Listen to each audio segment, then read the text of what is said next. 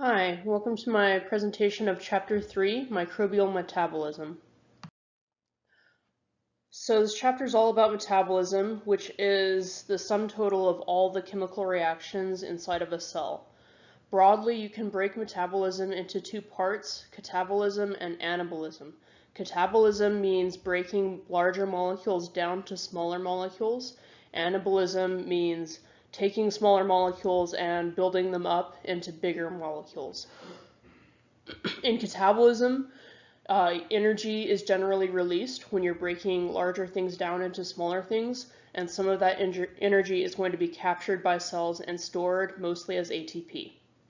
Anabolism, on the other hand, requires energy. So the energy that cells have stored in ATP will be used to fuel anabolic reactions that they use to build the large molecules that they need. And a lot of the time you'll have a series of reactions that all happen in sequence, one after the other, and that's called a metabolic pathway. The general purpose of metabolism is to allow the cell to grow and reproduce, although for microbial cell, growth and reproduction are basically the same thing. It also allows cells to maintain homeostasis, which is just maintaining the internal conditions they need to live in a stable state. Metabolism is always carried out by enzymes. For almost every reaction you have in the cell, you have an enzyme that is designed to make that reaction go faster. An enzyme is defined as a protein catalyst. A catalyst is something that helps a reaction go faster but does not participate in the reaction as a reactant or a product. So it's not actually a part of the reaction, it doesn't get changed in the reaction, but it does make the reaction go faster. So if you have a catalyst that is a protein, that's an enzyme. Something to remember about enzymes is that their name will always end with "ase." So anytime you see the word of some protein and it ends in "ase, you know that's an enzyme. A lot of enzymes also need cofactors, which is just a molecule that has to be there present with the enzyme in order for the enzyme to be able to function properly. So in general with metabolism, you're starting by taking in nutrients from the environment, and then you have to break those nutrients down in catabolism. After you've broken those nutrients down, you're going to extract, well, in that process, you're going to extract some energy from them and store it as ATP. And you're going to be left over with tiny pieces of those nutrients, which are frequently precursor molecules or precursor metabolites. You can stick those precursors together to make building blocks that will be used to build the macromolecules for the cell. When you link the building blocks together, you actually are building those macromolecules, and then you assemble the macromolecules into the structures of the cell. Finally, once the cell has twice as much stuff and twice as many structures as it had started out with, it's ready to divide into two cells. So the first part of this, breaking down your nutrients to precursor molecules, that's catabolism. It generates energy that would be stored as ATP. And the rest of this, putting those precursor molecules together to make building blocks and putting the building blocks together to make macromolecules, and even assembling those macromolecules into cellular structures, all of that is anabolism, building bigger things. So that's all going to require energy, usually in the form of ATP. And all of those steps are going to require enzymes. So first we'll go over what types of nutrients microbes need to bring in from the environment and how they do that. So cells are mostly water. 75% of the wet weight of a cell is just water, and almost the rest of it is all consisting of macromolecules, which are the really large molecules in the cell. So if we're talking about a cell's dry weight, that means the water has been removed. Wet weight means the water is still in the cell. You have four basic types of macromolecules in cells: proteins, lipids, nucleotides, and polysaccharides. For proteins, the building blocks are amino acids. For lipids, you have various building blocks actually, but a common one is a fatty acid. For polysaccharides, the building blocks are sugars, and for nucleic acids, the building blocks are nucleotides. To build all those things, you're going to need the macronutrients. Macronutrients are any element or compound that is needed by the cell in large amounts. The two biggest macronutrients are carbon and hydrogen. An organic molecule is defined as a molecule based on carbon. So cells, of course, need a lot of carbon, and all molecules that have carbon in them have a lot of hydrogen in them as well. So every organic molecule in the cell is going to need carbon and hydrogen. So the cell has to have those things in order to build those molecules. Then the cells also need a lot of oxygen and nitrogen. Oxygen is used for nucleotides, amino acids, and sugars. So 3 of the building blocks for 3 of the macromolecules are going to need oxygen in them. Nitrogen is also very commonly needed. It's needed to build nucleotides and amino acids. So without oxygen and nitrogen, you can't make the building blocks that you need for most of your macromolecules. Then you also need a good amount of phosphorus. That would be used in nucleotides also. Also, some lipids require phosphorus, and some proteins need it as well. Then you have some other macronutrients that are not needed in quite as large amounts. Those would be sulfur, potassium, magnesium, selenium, sodium, and calcium. Most of those are needed as vitamins or cofactors by certain enzymes. The exception is sulfur. That is needed as a cofactor by some enzymes, but it's also needed to build 2 of the amino acids. So out of those macronutrients, the ones the cells need the most of are the carbon, the hydrogen, the oxygen, nitrogen, and phosphorus. The rest they need in smaller amounts, but it's still overall a large amount, enough for it to be considered a macromolecule. Then apart from the macronutrients, cells also need micronutrients. That's just anything they need, but they only need a little bit of it. There's a lot of different micronutrients needed by cells, and different species are going to have different micronutrients that they require. So we won't go over specific micronutrients. So we'll talk about where some of those major macronutrients are coming from for organisms. For carbon, since that's a really important macronutrient, you need it to build every organic molecule in the cell. We have special names for organisms depending on where they get their carbon from. Organisms can be heterotrophs or autotrophs. Heterotrophs are organisms that get their carbon from organic molecules. That usually means that it's coming from another organism. And autotrophs are organisms that get their carbon from inorganic molecules, which generally means CO2 or carbon dioxide. So most microbes are heterotrophs, animals are heterotrophs, some microbes and plants are autotrophs. In general, microbes that are heterotrophs or organisms that are heterotrophs would also be getting their energy from from the other organisms that they're getting carbon from. And in general, autotrophs would be getting energy from, from light frequently. Most commonly actually from light and photosynthesis.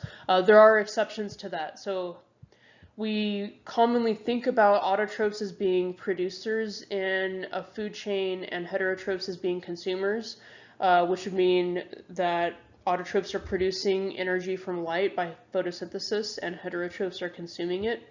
But that's not always accurate. The words technically just mean where you're getting carbon from, not where you're getting energy from. So even though most autotrophs get energy from light and photosynthesis, the actual name autotroph just means they're getting carbon from inorganic molecules like carbon dioxide. Heterotrophs usually get energy from organisms that they eat, but the word heterotroph just means that they're getting carbon from organic molecules, which would have to come from some other organism. And then I guess I'll just mention that in general, wherever organisms would be getting their carbon from, they're getting their hydrogen from there as well, if they're heterotrophs. Organisms also need sources for nitrogen. Nitrogen in the environment is found in 3 major formats. You have ammonia, or NH3, you have nitrate, or NO3-, and you have molecular nitrogen, N2, which is found in the atmosphere. So most of the gas in the atmosphere is nitrogen actually, and it's in the form N2. In the soil and the water, that's where you have your nitrate and your ammonia. And for ammonia, NH3, that can also exist as the ammonium ion, NH4+. Whether your ammonia is ammonia or ammonium depends on the pH of the soil or the liquid where it is. Most microbes are able to get nitrogen from ammonia. And a lot of microbes can also get nitrogen from nitrate. Very few of them can get nitrogen from molecular nitrogen. Microbes that can use molecular nitrogen as a nitrogen source are very special. We call them nitrogen fixers. They're going to take in nitrogen as molecular nitrogen from the air, and they're going to put it out as ammonia in general, which is a format that can be used by a lot of different organisms, not just microbes. So that means they're taking nitrogen from an unusable format, molecular nitrogen, and putting it into a usable format like ammonia, usable for other organisms. Of course, the nitrogen fixers themselves can use molecular nitrogen. You also have some microbes that get nitrogen from organic molecules. So as we mentioned, nucleotides and amino acids need nitrogen, so they also have nitrogen, and they can be used as nitrogen sources.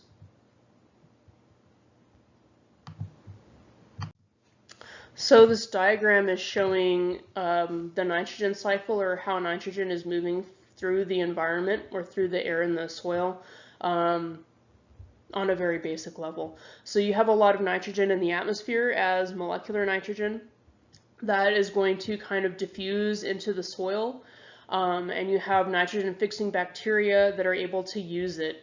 Some of them would be associated with the roots of plants. And they're going to take up that molecular nitrogen and convert it into a format that's useful for the plant. You also have some nitrogen-fixing bacteria that just live free in the soil. So they're all taking up this molecular nitrogen and using it as their nitrogen source. In the process of doing that, they're also converting it to a different format and releasing some of it as a waste product. For them, a waste product. So the major waste product for these guys would be ammonia or ammonium, depending on the pH. So you end up with a lot of this ammonia in the soil. You're going to have other bacteria in the soil that are able to take up that ammonia and use it as a nitrogen source. They're going to convert it themselves into another format, in this case nitrate or nitrite, and release that as a waste product, which will be taken up by other bacteria and used by them as a nitrogen source. So you also have plants that are able to use the nitrates and the ammonia, so they would also be taking up some of that nitrogen from the soil. And then finally, you also have some bacteria that are using nitrates as their nitrogen source. So they're taking in nitrates and they're also changing its format, and they're actually converting it back. Some of it, they're converting it back to N2 or molecular nitrogen and releasing that as a waste product, and it's a gas, so it goes back up into the atmosphere.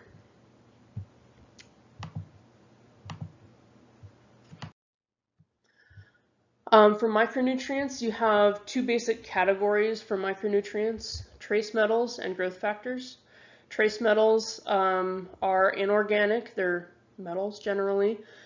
Usually those are needed by enzymes as cofactors. Out of all of them, the most important one is iron, but there's also a lot of them. And which one is the most important does depend on which species we're talking about exactly. Then you have growth factors. Those are organic micronutrients. That would include all the vitamins. Usually vitamins are being used as cofactors by enzymes also, but some of them are doing different things. It's just anything that the cell has to have that's an organic molecule that the cell cannot make, that has to be brought in as an organic micronutrient or a growth factor. So depending on the species, of course, you're going to need a different combination of growth factors. Some species can make most things themselves and they don't need a lot of growth factors. Some species cannot make a lot on their own and they do need a lot of growth factors. So in addition to growth factors being vitamins, they can also be other things, anything the cell needs that it can't make.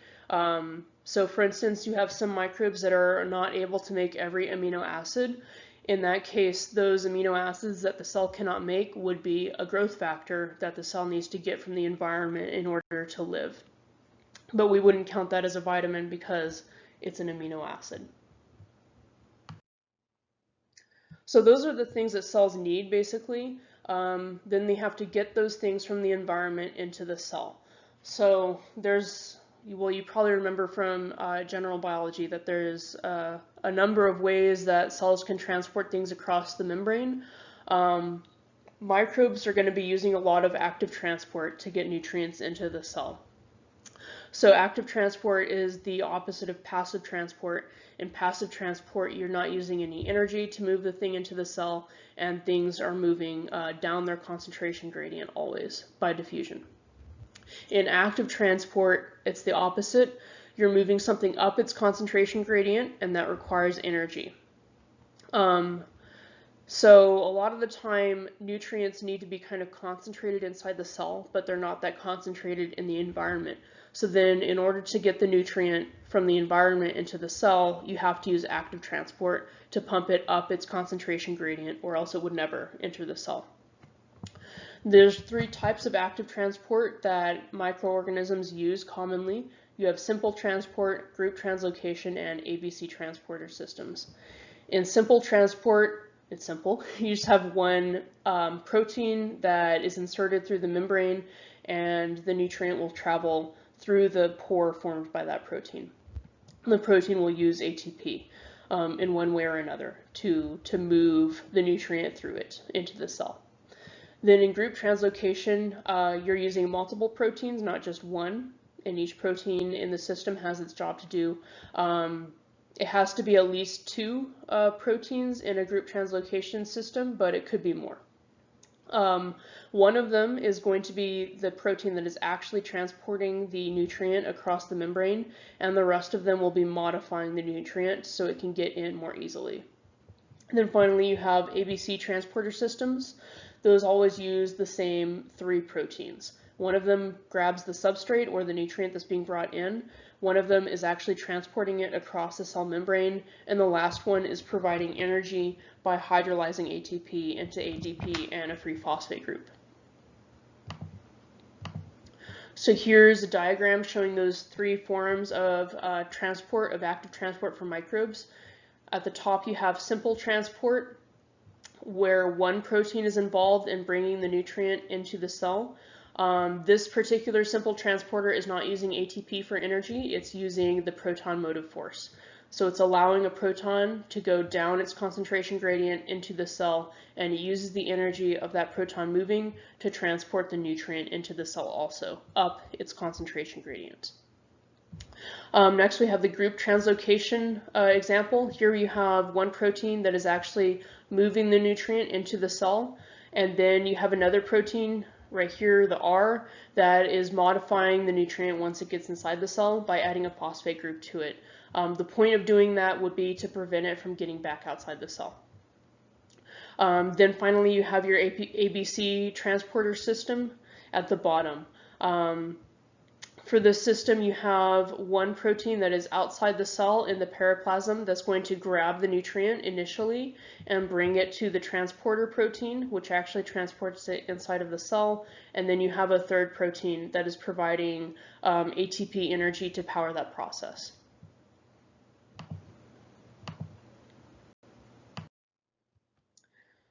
So for simple transport, the energy is going to be generally coming from the proton motive force.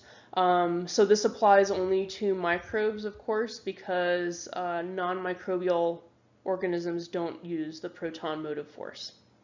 In transport that's driven by the proton motive force, you always have the transporter allowing protons to move down their concentration gradient. They're going to do that spontaneously just by diffusion, and when they do that, the energy of their movement can be used to pump the substance that you're trying to move across the membrane. So far we've been talking about nutrients being brought into the cell, but you could actually use this also for waste products that you need to get out of the cell if you needed to pump them against a concentration gradient to get them out. You have 2 basic types of simple transporters, Symporters and antiporters.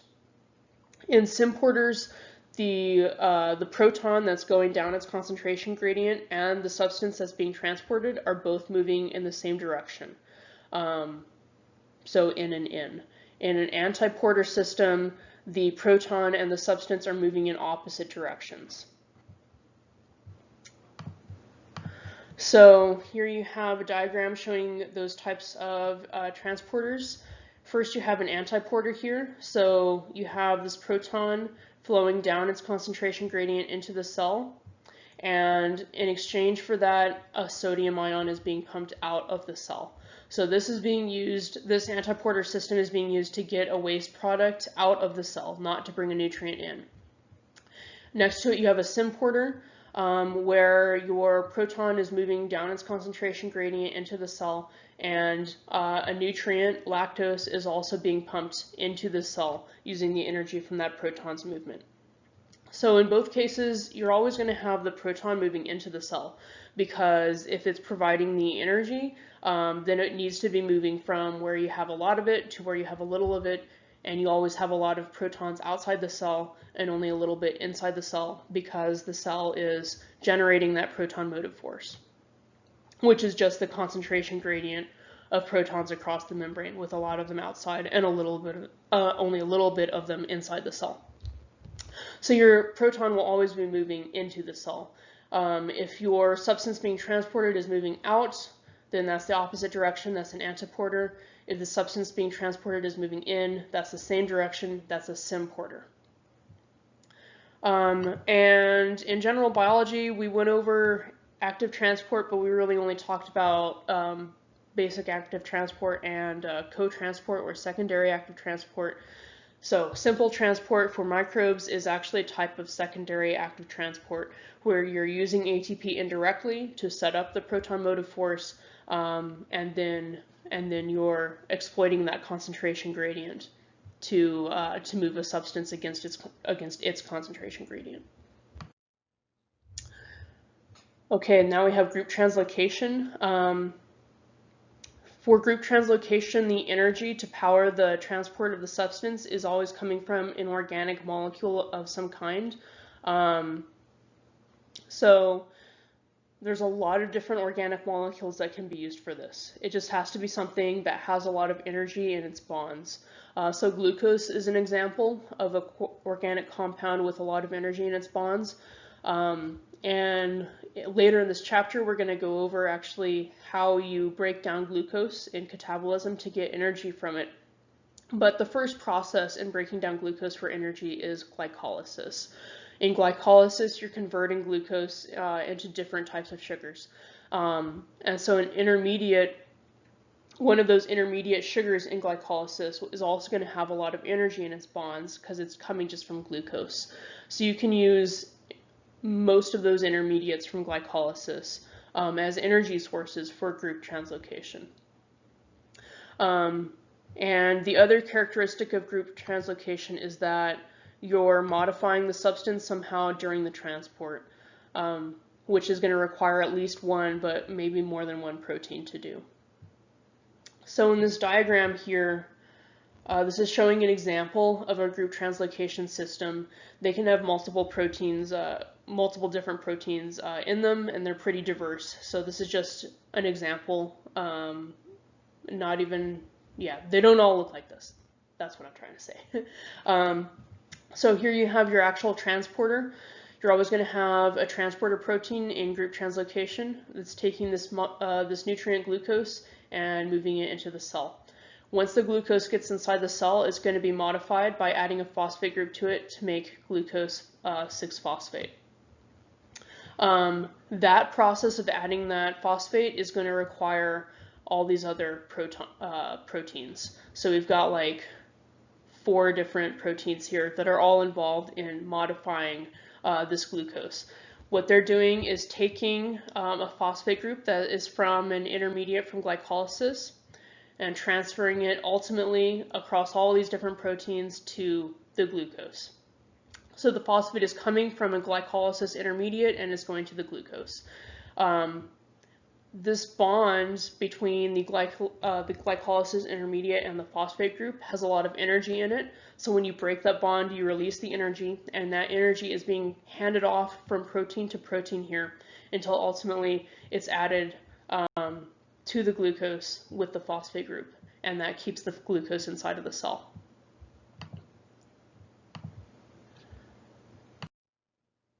Finally, we have the Avc Transporter Systems. ABC here stands for ATP binding cassette. And that's because the protein in this system that is hydrolyzing ATP has an ABC domain, an ATP binding cassette. So it's basically just part of the protein that is binding ATP. Any protein that is hydrolyzing ATP has to be able to bind ATP and is going to have an ATP binding cassette. And this whole system has been named after the fact that one of the proteins in it has an ATP binding cassette. It's more common to find ABC systems in gram-negative bacteria because they have a periplasm. But you could also find it in gram-positive bacteria, and in archaea it's just less common. So in general, you're going to have a substrate binding protein that's found in the periplasm. It's going to bind the nutrient that you're bringing into the cell. Then that nutrient is going to be transported into the cell through the transporter protein. And then you're going to have another protein inside the cell that is hydrolyzing ATP that has the ATP binding cassette that is providing energy to transport this nutrient into the cell. This periplasmic binding protein, or the substrate binding protein, is important because it has a really high affinity for the substrate, which is the nutrient that's being transported, which means that it binds the substrate really strongly, and it means that even if you only have a little bit of the substrate there, it's going to get bound. So this can be used for transporting things that are really rare into the cell. Basically, it's easy for this nutrient or the substrate to find this substrate binding protein. And then once it finds that protein, it's going to bind to it very strongly, and the protein will bring it to the transporter. Okay, so that's the basics of how cells are getting their nutrients and what nutrients they need. Now we'll look at how they are conducting catabolism to get energy from those nutrients. But before we get into the specifics of the catabolism, we're going to need to talk about some more background information about metabolism and about energy. Yeah, some background information first. So first off, we'll talk about energy conservation. The textbook talks a lot about energy conservation, which you might know from physics. That energy conservation basically just means that energy cannot be created or destroyed. It can only change form. When we're talking about energy conservation in biology, and especially with regard to metabolism, what we're actually talking about is how organisms capture the energy that flows through their hands, basically. Right, so if you have nutrients coming into the cell and you're breaking them down into smaller molecules, you're releasing energy. And that energy is going to be released in one way or another. It could be released as chemical energy that goes into the bonds of another chemical. It could be released as heat energy, which is kind of wasted energy. Those are the main ways that it would be released. But regardless of how it's released, the cell's challenge is to capture that energy somehow. So the cell is usually trying to get the energy released as chemical energy that's going to be captured in some compound that the cell is going to keep around and use for energy later on. If you don't have the ability to store the energy in ATP, you might be breaking down glucose, and that does release energy, and you could use it to make ATP. But if you are not actually making ATP, then that energy is just flowing through your fingers, and it goes right out, back out to the environment, and you haven't actually benefited from it because you haven't captured it. So energy conservation for organisms means capturing and storing the energy that they're releasing through catabolic reactions. So this is similar to how we generate power. Any power generator, no matter what what it's getting energy from exactly has the challenge of capturing that energy. So you're going to have some source that is releasing energy, like burning fuel or water that's falling for a dam for a hydro generator, or wind blowing in a windmill. That's all energy being released. And the point of the power generator is to capture that energy and store it somehow. Capture it as electricity and then store it by transmitting it to the electrical grid. So in this image you have an example. This is a type of power generator that's kind of in development now, that's trying to capture the power of waves. So waves have energy in them. And in this setup, the waves are coming into this kind of chamber, and you have air filling this chamber, the top of it, and the bottom is filled by the water. So when the waves come in, they're going to be pushing up into the chamber, and the air that's in here is going to get compressed. Then that compressed air is ultimately going to move this turbine, and the turbine has a magnet on it, and once a magnet is spinning, that generates electricity. That electricity is going to be added to the grid. So this whole system is designed to capture the energy that's in these waves and store it as electricity. So this is an energy conservation system in kind of the biochemical sense, I guess, where you are capturing energy and storing it.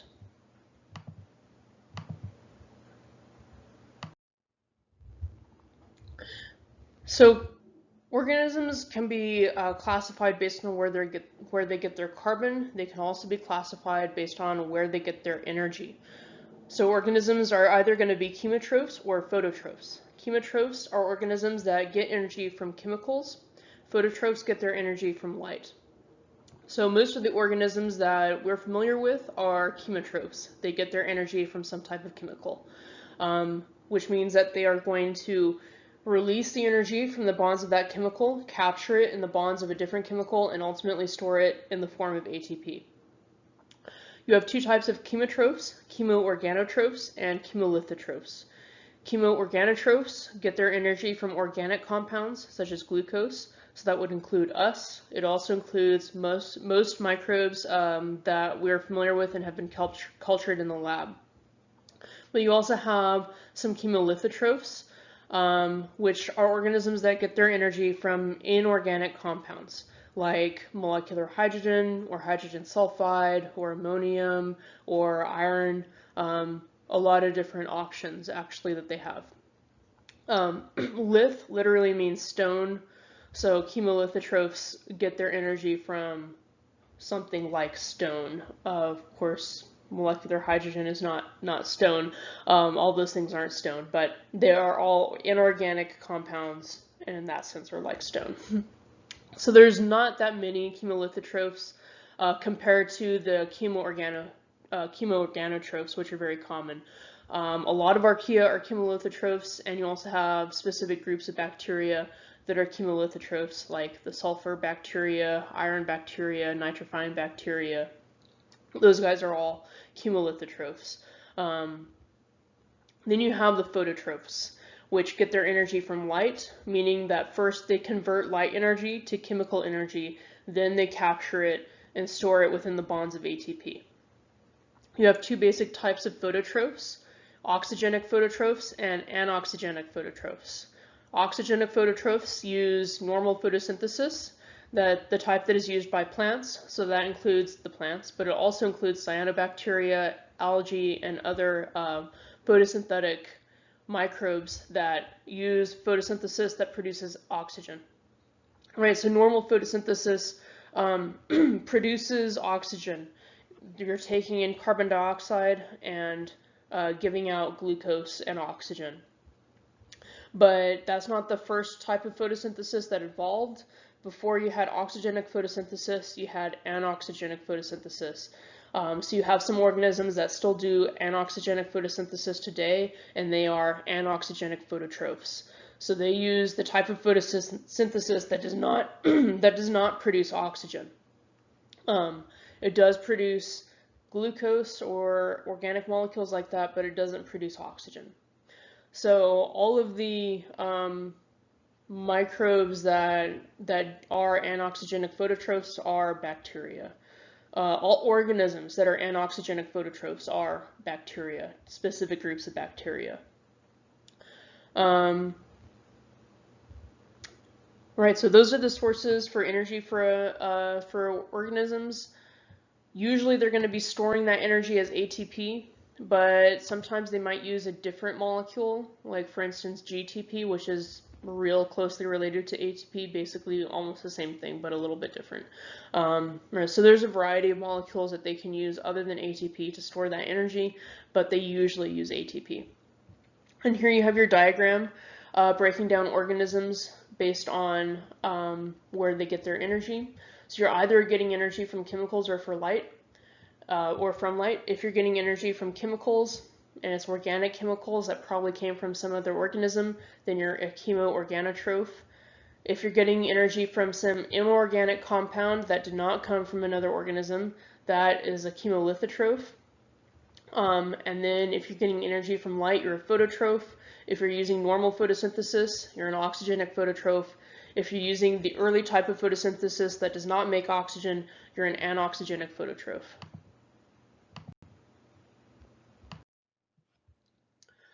So you can actually combine the name for organisms based on their energy source and the name for them based on their carbon source to get even more complicated words.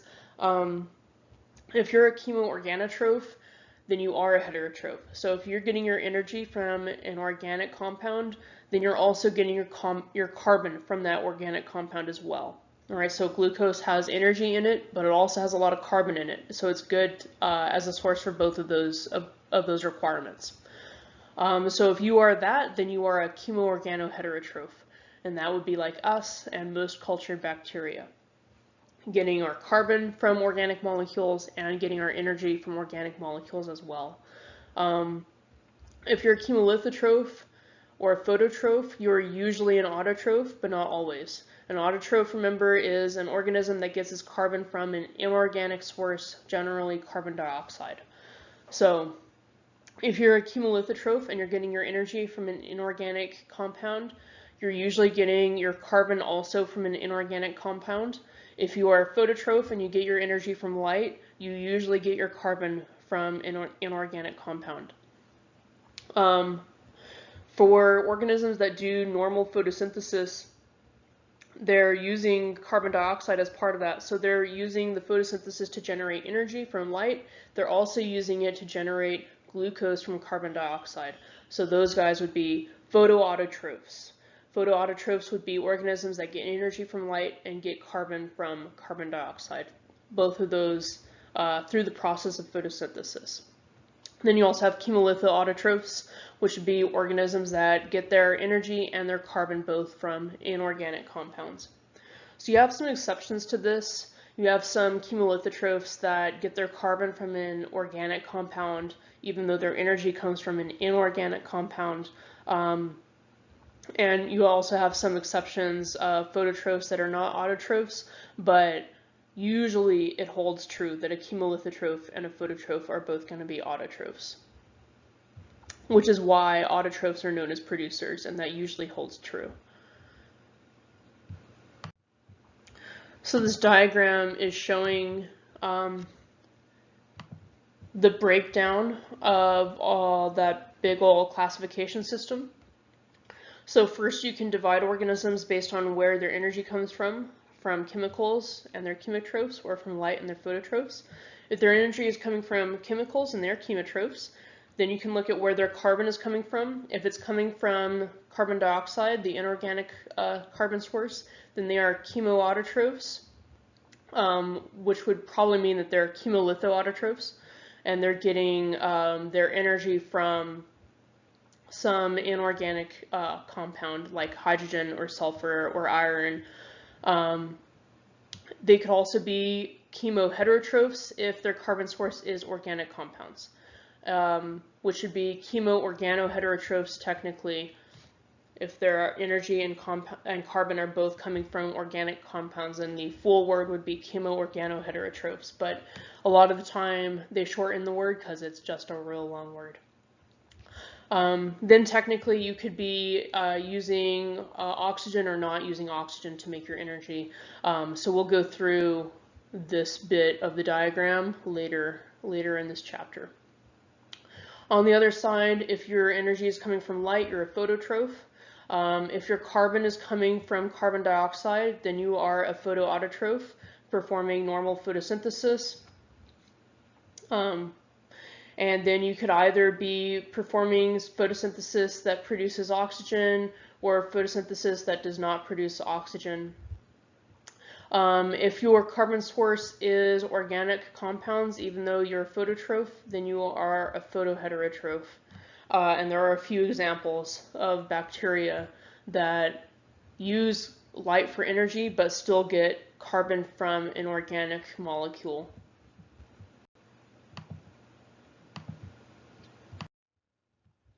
Okay, so now we'll talk about free energy and we'll get into a little bit of the physics behind this. So energy in physics is defined as the ability to do work, and we have a concept called free energy, which is abbreviated as G after Gibbs, the guy who discovered it. Free energy is defined as energy that's available to do work. So some energy that is in a compound is going to be kind of tied up and you can't do anything with it. So that is part of the energy of the compound, but it's not part of the free energy of the compound since it's not available to do work right now. We measure free energy in joules, which is just a unit of energy. Anytime you have a reaction, you're going to have a change in the free energy between the reactants and the products. So we call that the delta G. The change in free energy is delta G. And you're always comparing the reactants to the products when you're figuring out the delta G. How much free energy did the reactants have versus how much free energy do the products have? You also have another term, which is delta G not prime. So in this abbreviation here, the triangle is actually the Greek letter delta, which means change. The capital G is for free energy. This 0 is technically called not, and the apostrophe is called prime. So that's delta G not prime. The not and the prime there mean standard conditions. So the delta G not prime is the change in free energy at standard conditions, during a reaction at standard conditions. So that would mean pH 7, or neutral. The temperature is 25 degrees Celsius, or room temperature.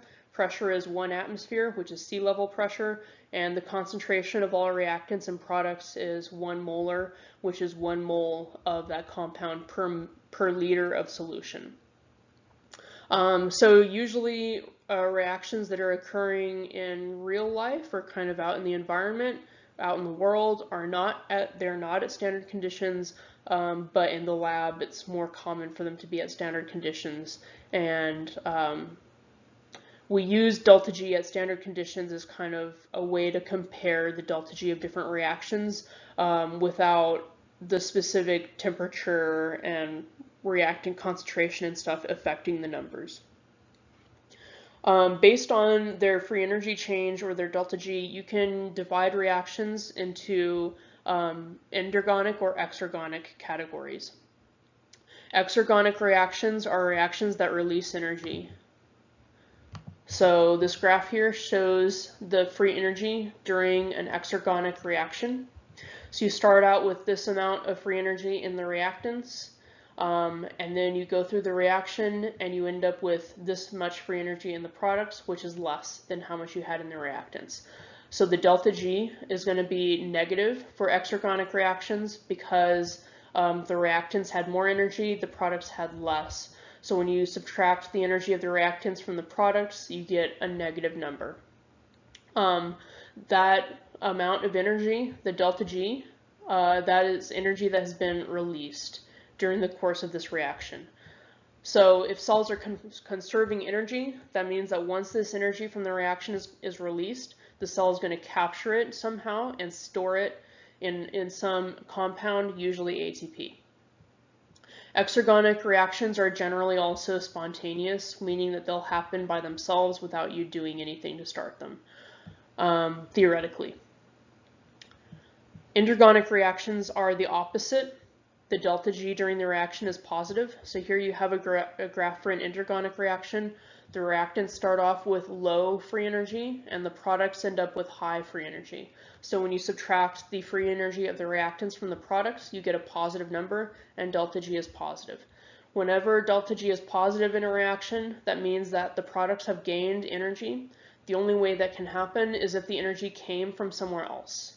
So that means that endergonic reactions require energy in order to go forward. And they are reactions that require energy. So you would have to put energy into the system in order for the reactants to react to form the products. Otherwise, there's no way for the products to get more energy than what the reactants had. So when organisms need to do an endergonic reaction, they will usually use ATP to power the reaction. So they're going to take some of that energy that is stored in ATP and use it to put into that reaction so the products can end up with more energy than the reactants. We also have a concept called free energy of formation, which is abbreviated GF0. That is the energy that is absorbed or released when a compound is being formed.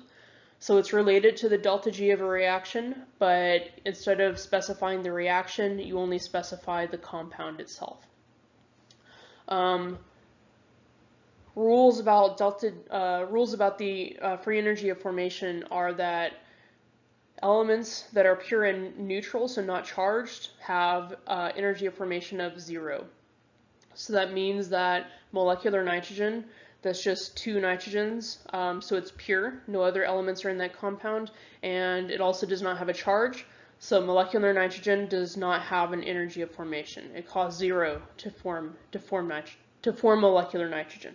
And the same thing for molecular hydrogen, molecular oxygen, but any compound that has a charge, plus or minus, or that has multiple elements inside of it, is going to have some value for the free energy of formation that is not 0.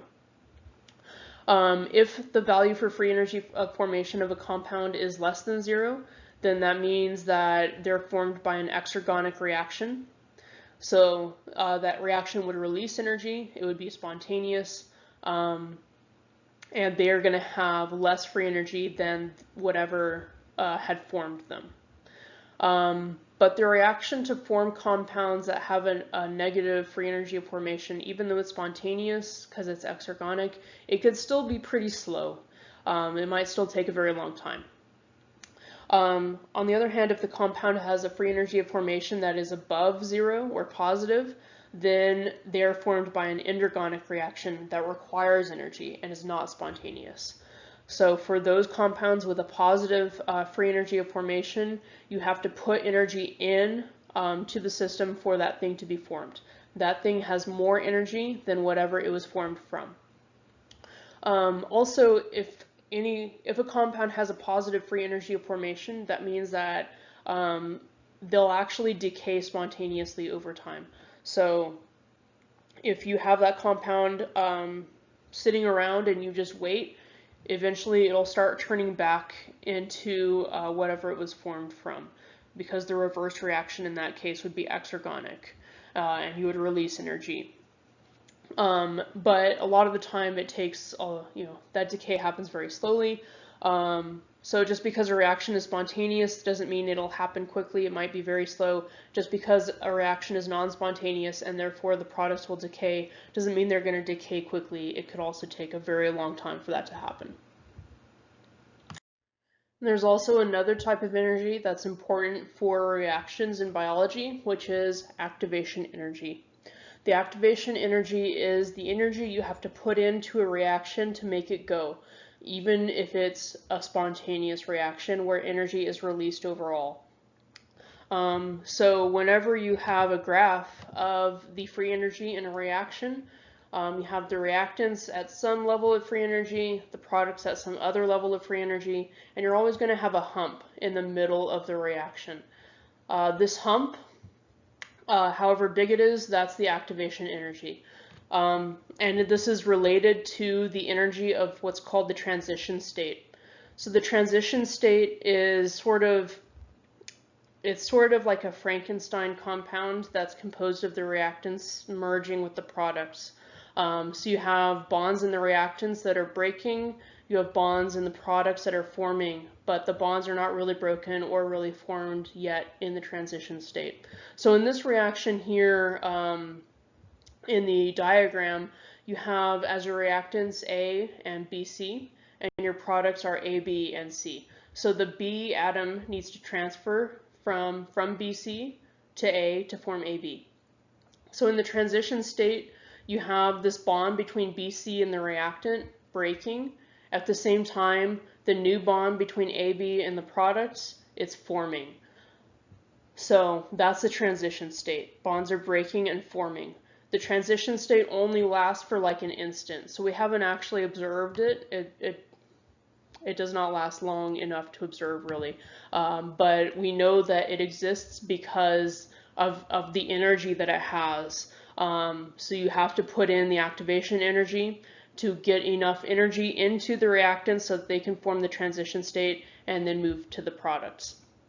The transition state has a lot of energy associated with it because the bonds are under a lot of stress and they're very long. So in general, the longer a bond is, the more energy it has. And when you're in the transition state and bonds are kind of breaking and forming, but not really broken or really formed, they're very long there. So they have a lot of energy, and it's just very unstable also. The more unstable something is, the more energy it's going to have. So conversely, because the transition state has so much energy, it's very unstable. You have to add enough energy to the reactants so that they're able to form the transition state, and that is the activation energy.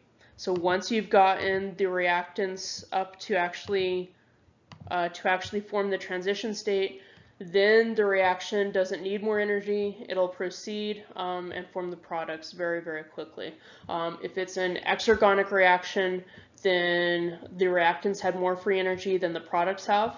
So you add in the activation energy to reach the transition state, and then when you complete the reaction and form the products, you're releasing all of the energy, all of the activation energy that had been used to form the transition state, and also some additional energy. So everything you put in, you're releasing plus some, and that ends up with the products having less free energy than what the reactants did. So every spontaneous reaction needs the activation energy to occur. Non-spontaneous reactions still also have activation energy. So every reaction needs the activation energy to be put in before the reaction can proceed. So this is the reason why, even though your reaction is spontaneous, it might take a real long time to happen because it's waiting for activation energy.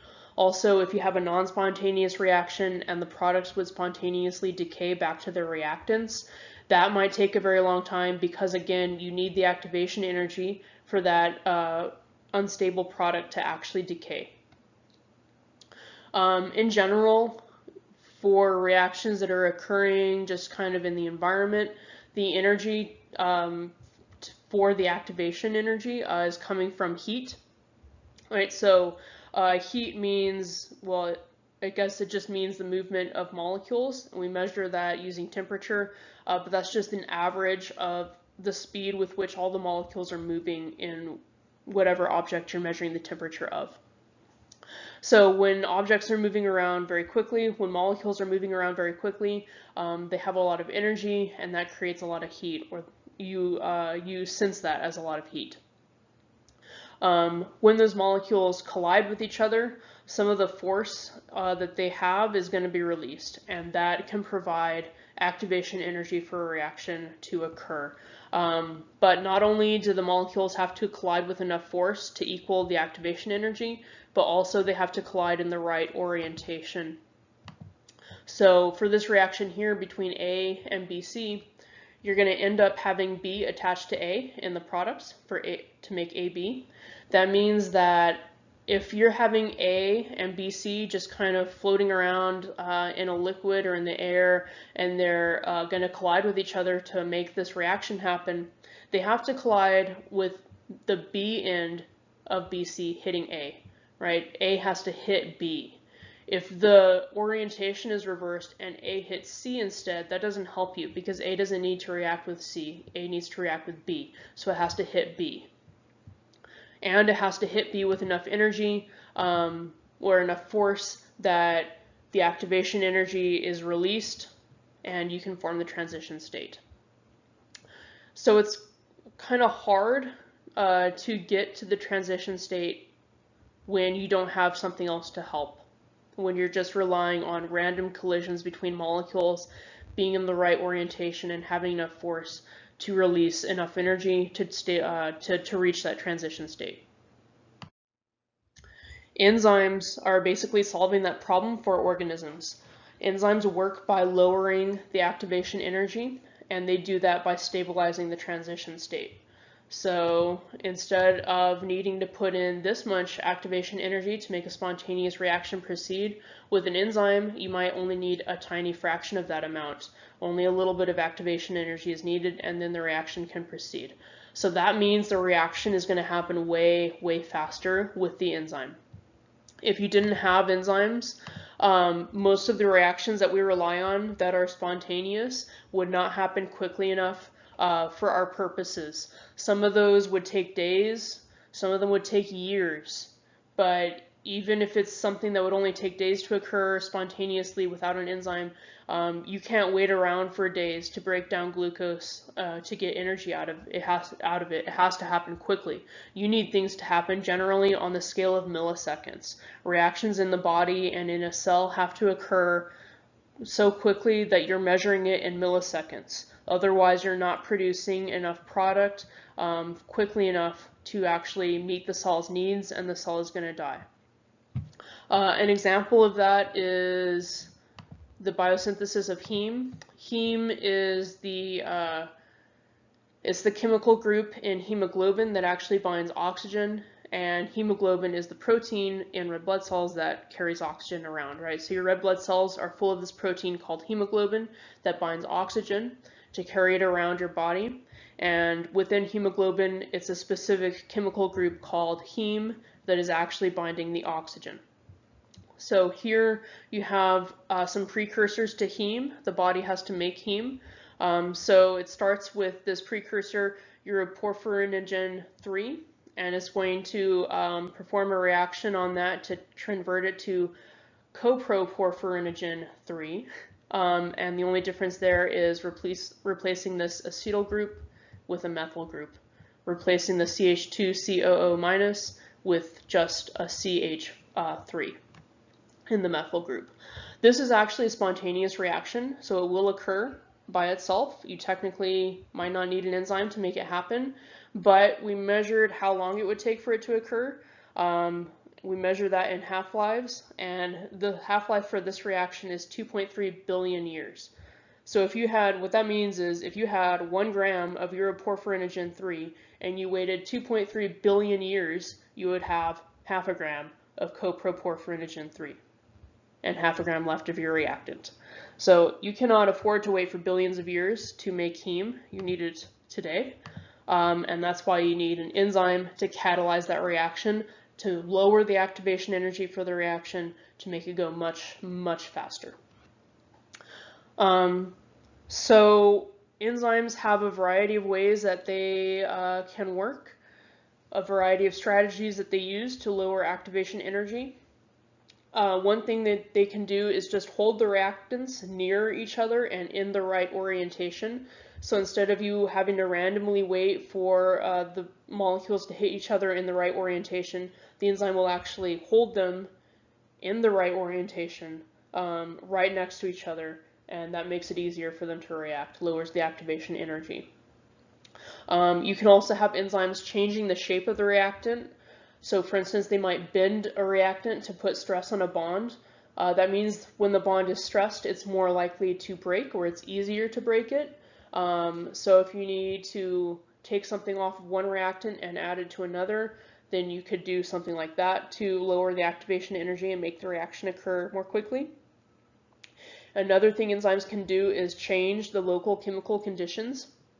So for instance, some reactions will go quickly at a low pH, but not at a high pH. Some reactions will go quickly if water is there. Some reactions will go quickly if water is not there. But in the body, you always have water and pH is 7. In a cell, you have water around 75% of the weight is water, and you have pH 7, neutral pH. So if you have a reaction that goes fast at a pH of 2, but you only have pH 7 in the cell, in order to make that reaction happen quickly, an enzyme can make basically a little pocket with a pH 2 for that reaction to occur, and it kind of sticks the reactants into that little pocket, and that lowers the activation energy, makes the reaction happen much more quickly. Also unknown stuff. So we know enzymes can lower activation energy by holding reactants in the right orientation close together, by changing the shape of reactants by stressing bonds, and by altering local chemical conditions. But there's also other ways that they lower activation energy, and we do not know what they are.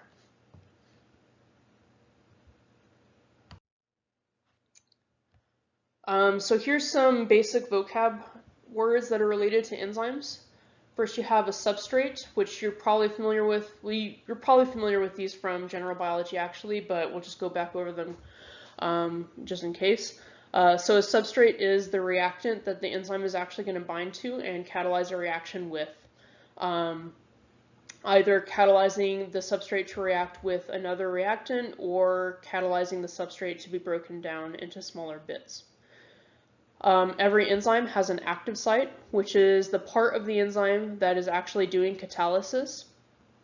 So the substrate is always going to bind the enzyme at the active site, and then the enzyme will perform the catalysis right there.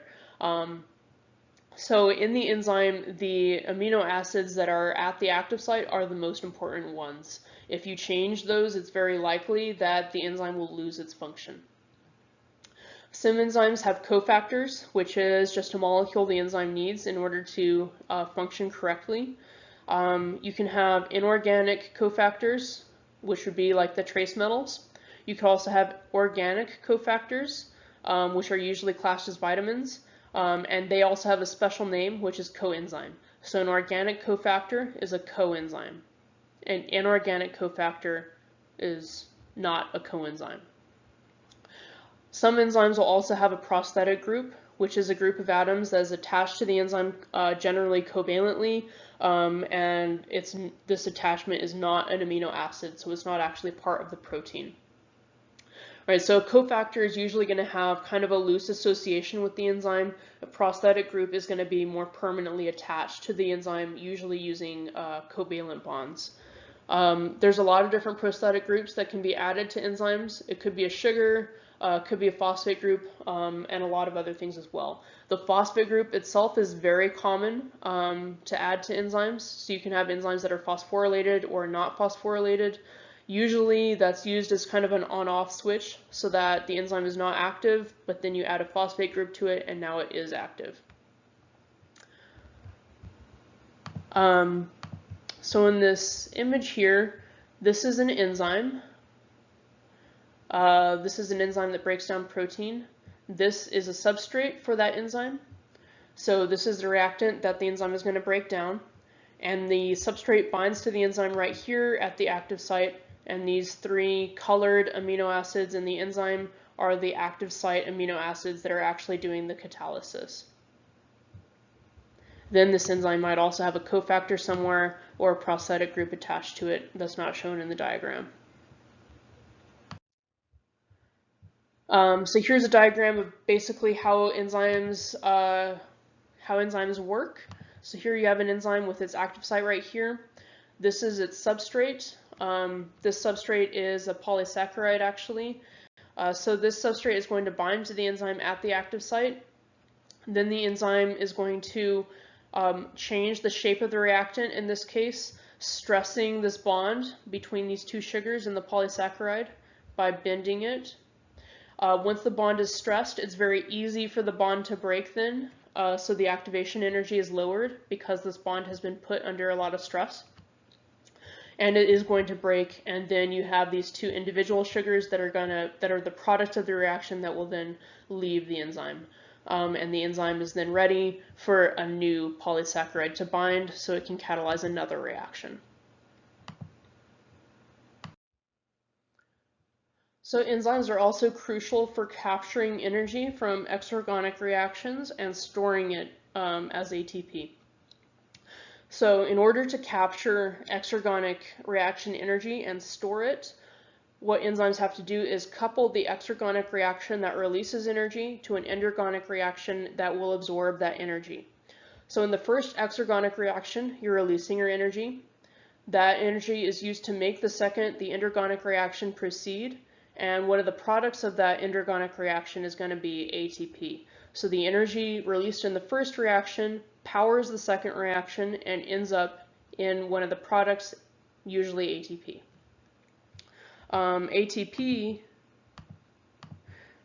Here's ATP. ATP is synthesized from ADP and a free phosphate group.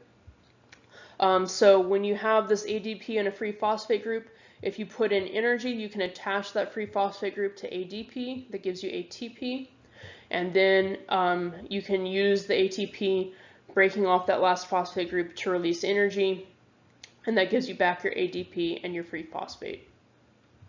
So right here, where you're putting in energy to attach the free phosphate to the ADP and get ATP, this energy is going to come from some exergonic reaction.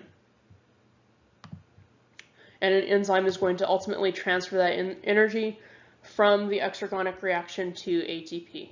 ATP has a lot of energy in its bonds, especially the ones between the phosphate groups, and it takes a lot of energy to attach that free phosphate to ADP and make the ATP. You get a lot of energy out when you break that bond, so you have to put a lot of energy in order to make that bond. In order to get that much energy, you usually have to use a particular kind of reaction called a redox reaction. Redox is short for reduction oxidation. Reduction means gaining an electron, and oxidation means losing an electron. So a reduction oxidation reaction or a redox reaction is one where an electron is transferred from one compound to another. One of those compounds has gained the electron and is reduced. The other compound lost the electron and is oxidized. So redox reactions are actually really common. Just anytime an electron moves, it's a redox reaction. A lot of the time they involve oxygen, and when they were first discovered, the only ones that we knew about involved oxygen, so that's why it's called oxidation. But now we know they don't have to involve oxygen. And I'll just note that in chemistry, the definition of redox is more complicated than this, but we don't need the complicated definition. We just need our definition. So for our purposes, reduction is gaining an electron. That's called reduction because the charge goes down when you gain an electron, so it's reducing charge. And oxidation is losing an electron.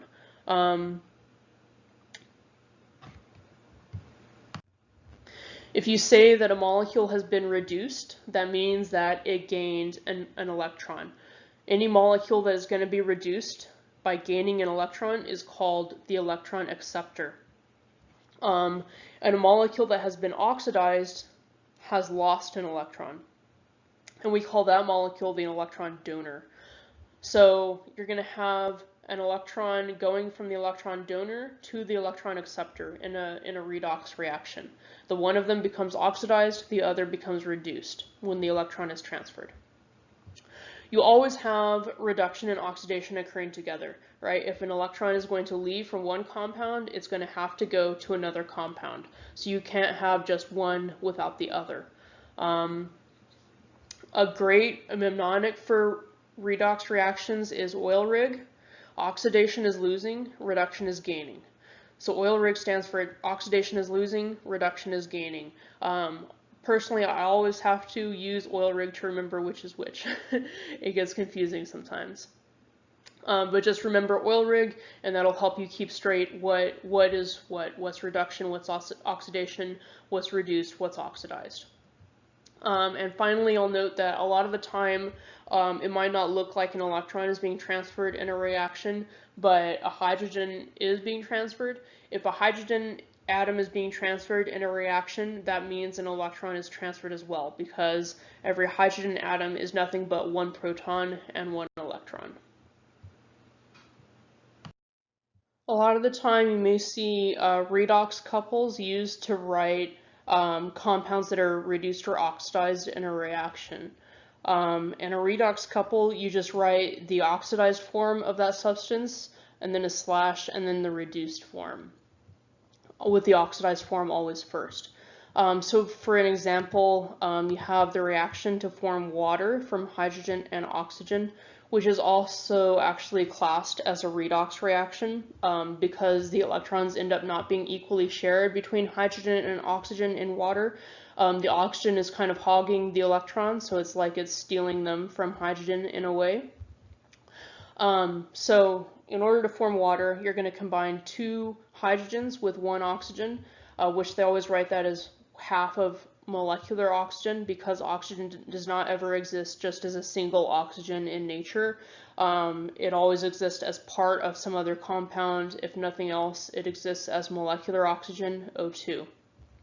So half of an O2 plus a molecular hydrogen equals a water.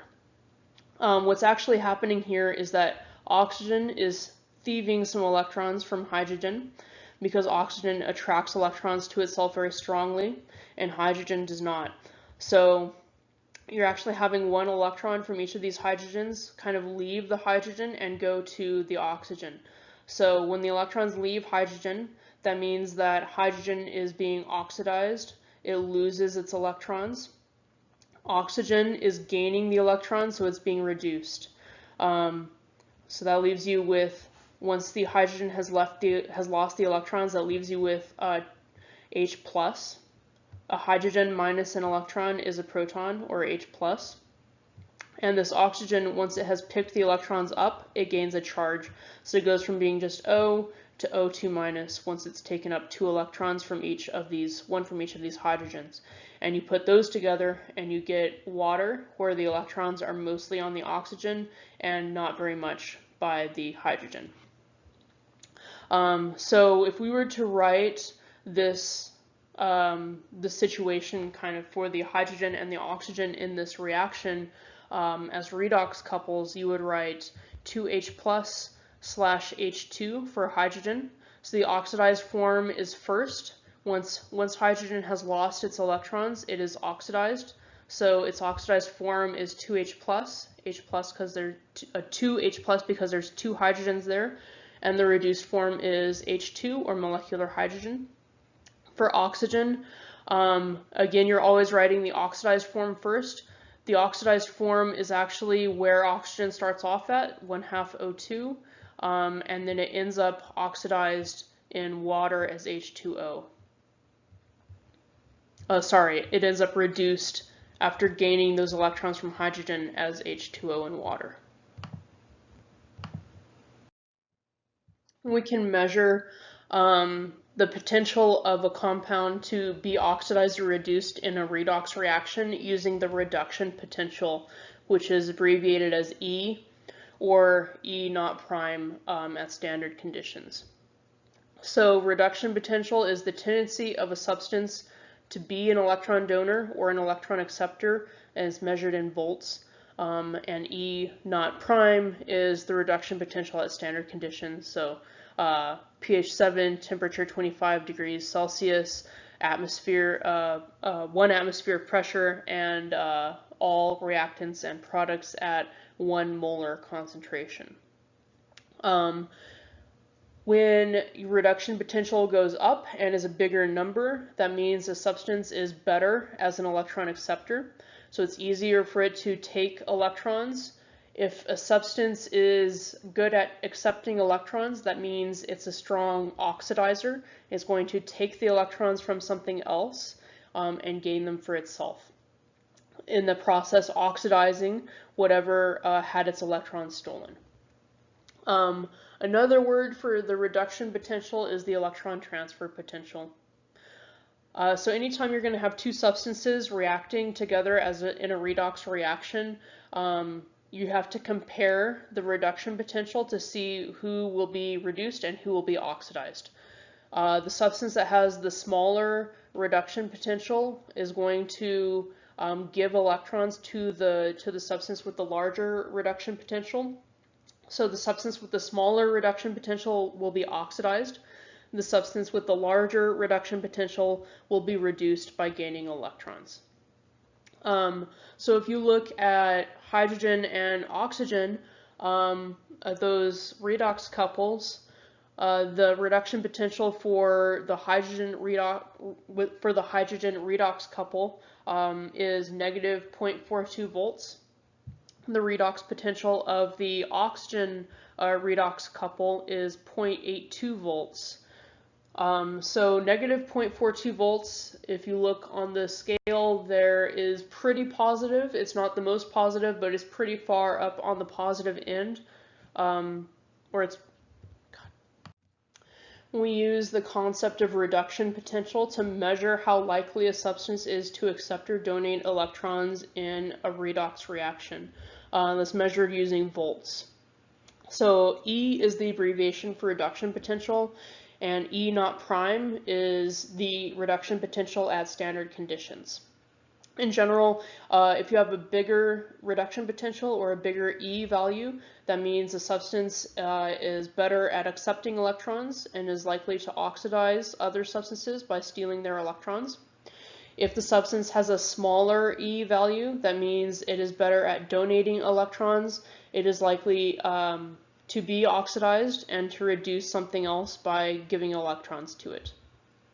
And another name for the reduction potential is the electron transfer potential. So you might see it called electron transfer potential if you're looking at some other source. So whenever two substances are coming together for a redox reaction, in order to know who is going to be reduced and who is going to be oxidized, you have to compare the reduction potentials for those two substances. Right, so the substance with the smaller E value is going to give electrons to the substance with the larger E value. So the substance with the smaller E value that is donating electrons is going to be oxidized, and the substance with the larger E value that is receiving electrons is going to be reduced. If you look at hydrogen and oxygen, substances are always written as redox couples when you're writing their reduction potential. So for hydrogen, the redox couple is 2H plus / H2, and that has a reduction potential of negative 0.42 volts, whereas oxygen has a reduction potential of positive 0.82 volts. So if you look at where those values are on this diagram showing different reduction potentials for different redox couples, you'll see that hydrogen is pretty close to the top with negative 0.42, which means that it's a very good donator of electrons. That's a very small value for reduction potential, so it's very easy for hydrogen to donate electrons to something and to be oxidized by losing its electrons. Oxygen, on the other hand, is very close to the bottom of this diagram with a positive reduction potential of 0.82. That's a very positive reduction potential. There's not much that has a reduction potential more positive than oxygen has. So that means that oxygen is very good at accepting electrons. It's very likely that oxygen will oxidize something by stealing electrons from it. Actually, there are better electron acceptors than oxygen, but none that are relevant in biology. So in organisms, oxygen is the best electron acceptor that you can possibly use. It's the strongest electron acceptor that can be used. If you have two substances that are going to have a redox reaction together and they're very close to each other in their E values, that means that in general you're not going to have a lot of energy exchanged between those two substances during the reaction, and there's not going to be a big change in free energy, so there's going to be a small delta G if the substances have E values that are close together. If the substances have E values that are very far apart from each other, there's going to be a lot of energy transferred in that reaction, and you're going to have a very big delta G in general.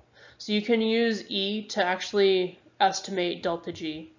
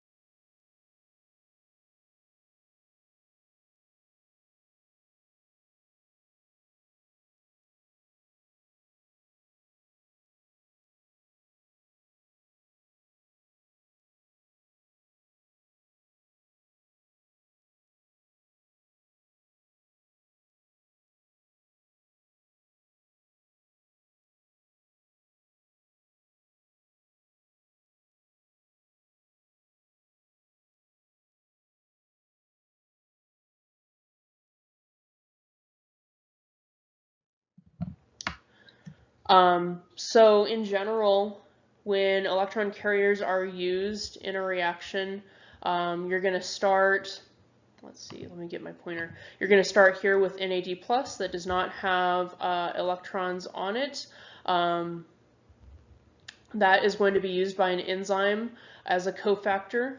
That enzyme is going to load the Nad plus with electrons, and it gives you NADH. So you start with Nad plus, load with electrons, and then you have NADH. That NADH is going to travel to a different enzyme and bind that enzyme as a cofactor. And that enzyme is also going to have another reactant associated with it, which is something that's going to pick up that electron or those electrons from the NADH.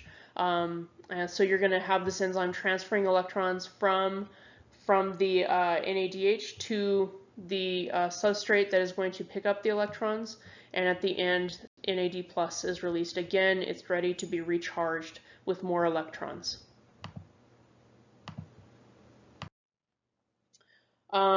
Next we'll talk in a little bit more detail about ATP, or adenosine triphosphate, which is the main molecule that cells use to store energy. They don't use it to store energy in the long term, only in the short term. So most ATP is used pretty quickly after it's made. If cells are going to store energy for the long term, they're going to use other molecules to do it. Generally, polysaccharides like starch or glycogen would be used. There's also other ones that microbes use. There's a lot of different ones that microbes use to store energy, but always polymers are used to store energy, and usually they're polysaccharides, but they could also be lipids. In addition to using ATP for energy, cells, for short-term energy, cells can also use other things like GTP or coenzyme A, which is abbreviated CoA. GTP is closely related to ATP, or adenosine triphosphate. So adenosine triphosphate is an adenosine with 3 phosphate groups added to it. It's very similar to a nucleotide. So this part of the ATP, well, here's the whole ATP molecule. This part here is the adenosine. It's a sugar and a nitrogenous base, and then you also have 3 phosphate groups attached to that. So that's ATP. TP for triphosphate. When you hydrolyze ATP, you are breaking off one of these phosphate groups. The bonds between these phosphate groups have a lot of energy in them, so when you break these bonds, a lot of energy is released. And you usually use water to do that, which is why it's called ATP hydrolysis. So if you combine ATP with water, the water can remove that last phosphate group, and you'll be left with ADP and a free phosphate. ADP is adenosine diphosphate because it has two phosphates on it. And that is exergonic. So if you're going to use ATP to get energy out, you remove one of those phosphates in ATP hydrolysis. Energy comes out as well when you break the bond between that phosphate and the rest of the molecule, and you're left with the free phosphate and with ADP that has 2 phosphates on it. Then in your catabolic reactions, you're going to be taking energy in from nutrients and using it ultimately through redox reactions to attach a free phosphate to the ADP, which gives you back ATP.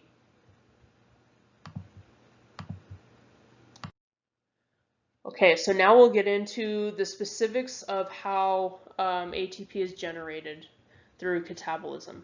We're only going to be focusing on carbohydrate catabolism today. You can also catabolize proteins and lipids to make ATP, and we won't really talk too much about that. But the process for lipids and for proteins is related to the process for carbohydrates.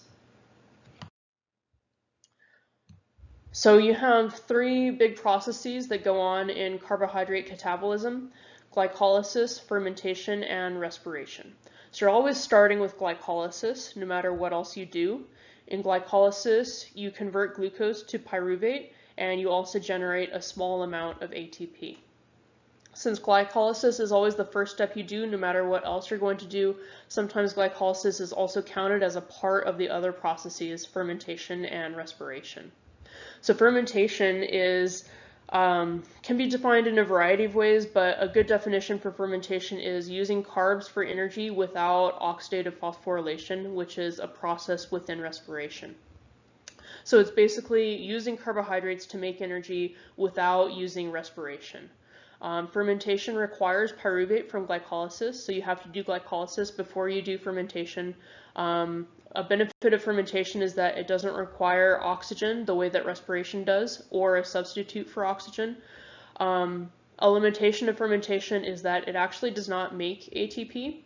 The benefit of fermentation is that it lets you do glycolysis again, and glycolysis makes ATP. So we'll talk about how those processes are related to each other more presently. And then after we go through that, we'll get into respiration, which is using pyruvate from glycolysis to make a lot of ATP. It also requires oxygen or something to substitute for oxygen. You have three other processes that are a part of respiration. They are pyruvate oxidation, the Krebs cycle, also called the citric acid cycle, and then oxidative phosphorylation at the end, where you're making most of your ATP. You have two basic types of respiration, aerobic and anaerobic. Aerobic respiration is respiration that requires oxygen, and anaerobic respiration is respiration that uses something else to substitute for the oxygen. So in this diagram here, this is giving you a basic summary of carbohydrate catabolism. You always start with glycolysis, in which glucose is converted to pyruvate.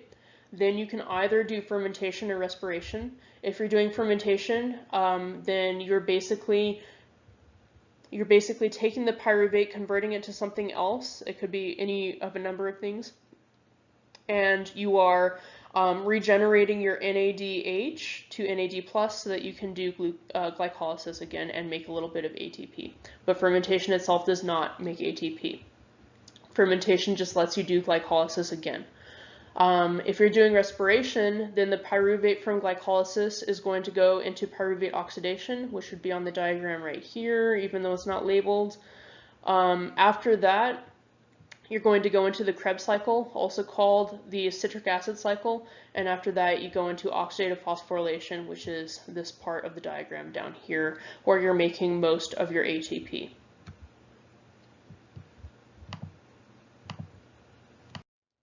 Okay, so first we'll look a little bit more at glycolysis, which occurs in the cytosol. Glycolysis, all of the reactions in glycolysis are shown in this diagram here. So as you can see, it's pretty complicated. There's like 10 different reactions in there. You do not need to know all of that stuff at all. Ultimately, what's happening here is you're starting with glucose. You are splitting glucose into two. So glucose has 6 carbons in it. When you split it into two, you get 2 molecules that each have 3 carbons in them. And then you're continuing to convert those molecules until they end up as pyruvate at the end. So you're basically taking one glucose and converting it into 2 pyruvates. In that process, you use ATP at the beginning. You have to transfer phosphate groups to glucose in order for this to proceed. And those phosphate groups are coming from ATP, sorry. Then once glucose has been split into 2, then you get into the reactions that actually yield ATP, and you transfer those phosphate groups back to ADP to make ATP, so that ultimately you're making twice as much ATP as what you had to use. So in the first part of glycolysis, you use ATP. In the second part of glycolysis, you make ATP. Overall, you're making 2 ATP. You have to use 2, and you make 4, which means that overall you make 2. Another thing that you make here is NADH from NAD+. So NAD+ is going to be required in one of these steps. You're going to transfer electrons from this glycolysis intermediate to NAD+, which gives you NADH. This is a really important step. If you don't have NAD+, then you can't continue with glycolysis. You have to have NAD+. And glycolysis gives you NADH. So once you've done glycolysis and you have NADH, you have to do something with that NADH to get it back to NAD+. You have to use those electrons somehow so that you can get back the oxidized form NAD+, and do glycolysis again. If you can't do that, glycolysis will stop and you will not be making more ATP. So this idea that once you've reduced NADH to once you've reduced NAD plus to NADH, that you need to oxidize it back to NAD plus. That's redox balance. So the textbook talks about that as redox balance. Just basically, when you oxidize something, you need to reduce it to continue using it. Or when you reduce something, you need to oxidize it again to continue using it. So overall, what we're getting out of glycolysis is our pyruvates, 2 of them for each glucose, 2 ATPs, and 2 NADHs. You can also have other sugars that are not glucose do glycolysis. In order to have some other sugar enter glycolysis, you have to make it look like glucose or like one of the intermediate products for glycolysis.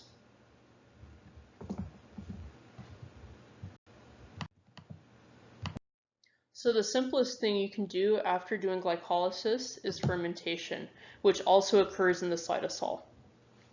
In fermentation, you're taking the products of glycolysis and using them in a way that gives you back NAD plus from NADH.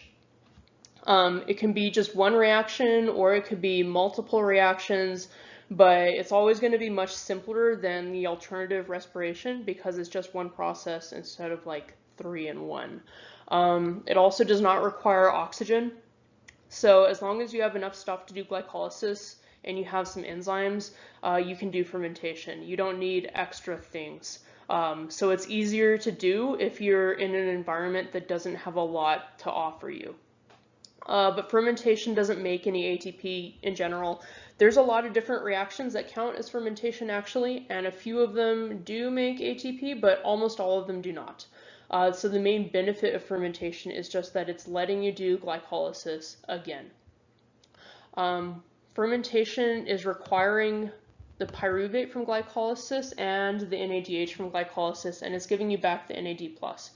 So in this diagram here, the first half is glycolysis, in which you are converting glucose to pyruvate.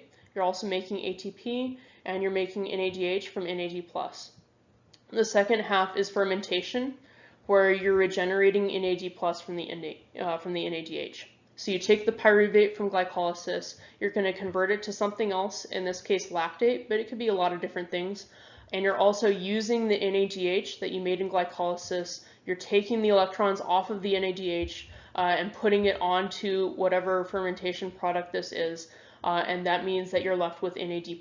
Then NAD+ goes back to glycolysis to participate in glycolysis by picking up electrons again. So fermentation is basically a way to let you cycle NADH back to NAD+ so you can continue doing glycolysis. That is the benefit of fermentation.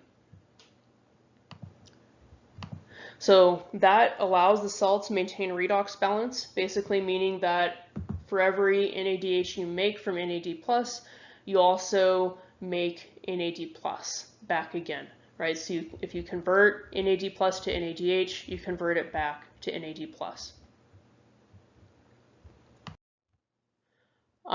So as I mentioned, fermentation is pretty diverse. There's a lot of different reactions that count as fermentation. Because fermentation is so broadly defined as just using carbohydrates to make energy, but without doing respiration or without doing oxidative phosphorylation, that means a lot of different things will count as fermentation.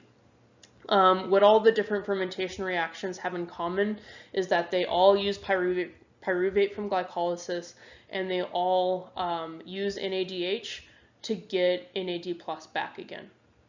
Most of them don't make ATP. There are a few exceptions to that, and each of them is going to make some fermentation product, which is generally going to be a waste product for the cell that makes it. There's a lot of different things you can make. You can make ethanol, lactate, or lactic acid. You can make vinegar. You can make a lot of different things. Some of the things that can be made in fermentation are useful for us. Some of them are harmful. It probably depends on the context. So if you're trying to make wine, then it's not beneficial for you to have vinegar in there, of course. If you're trying to make vinegar, it's beneficial to have vinegar.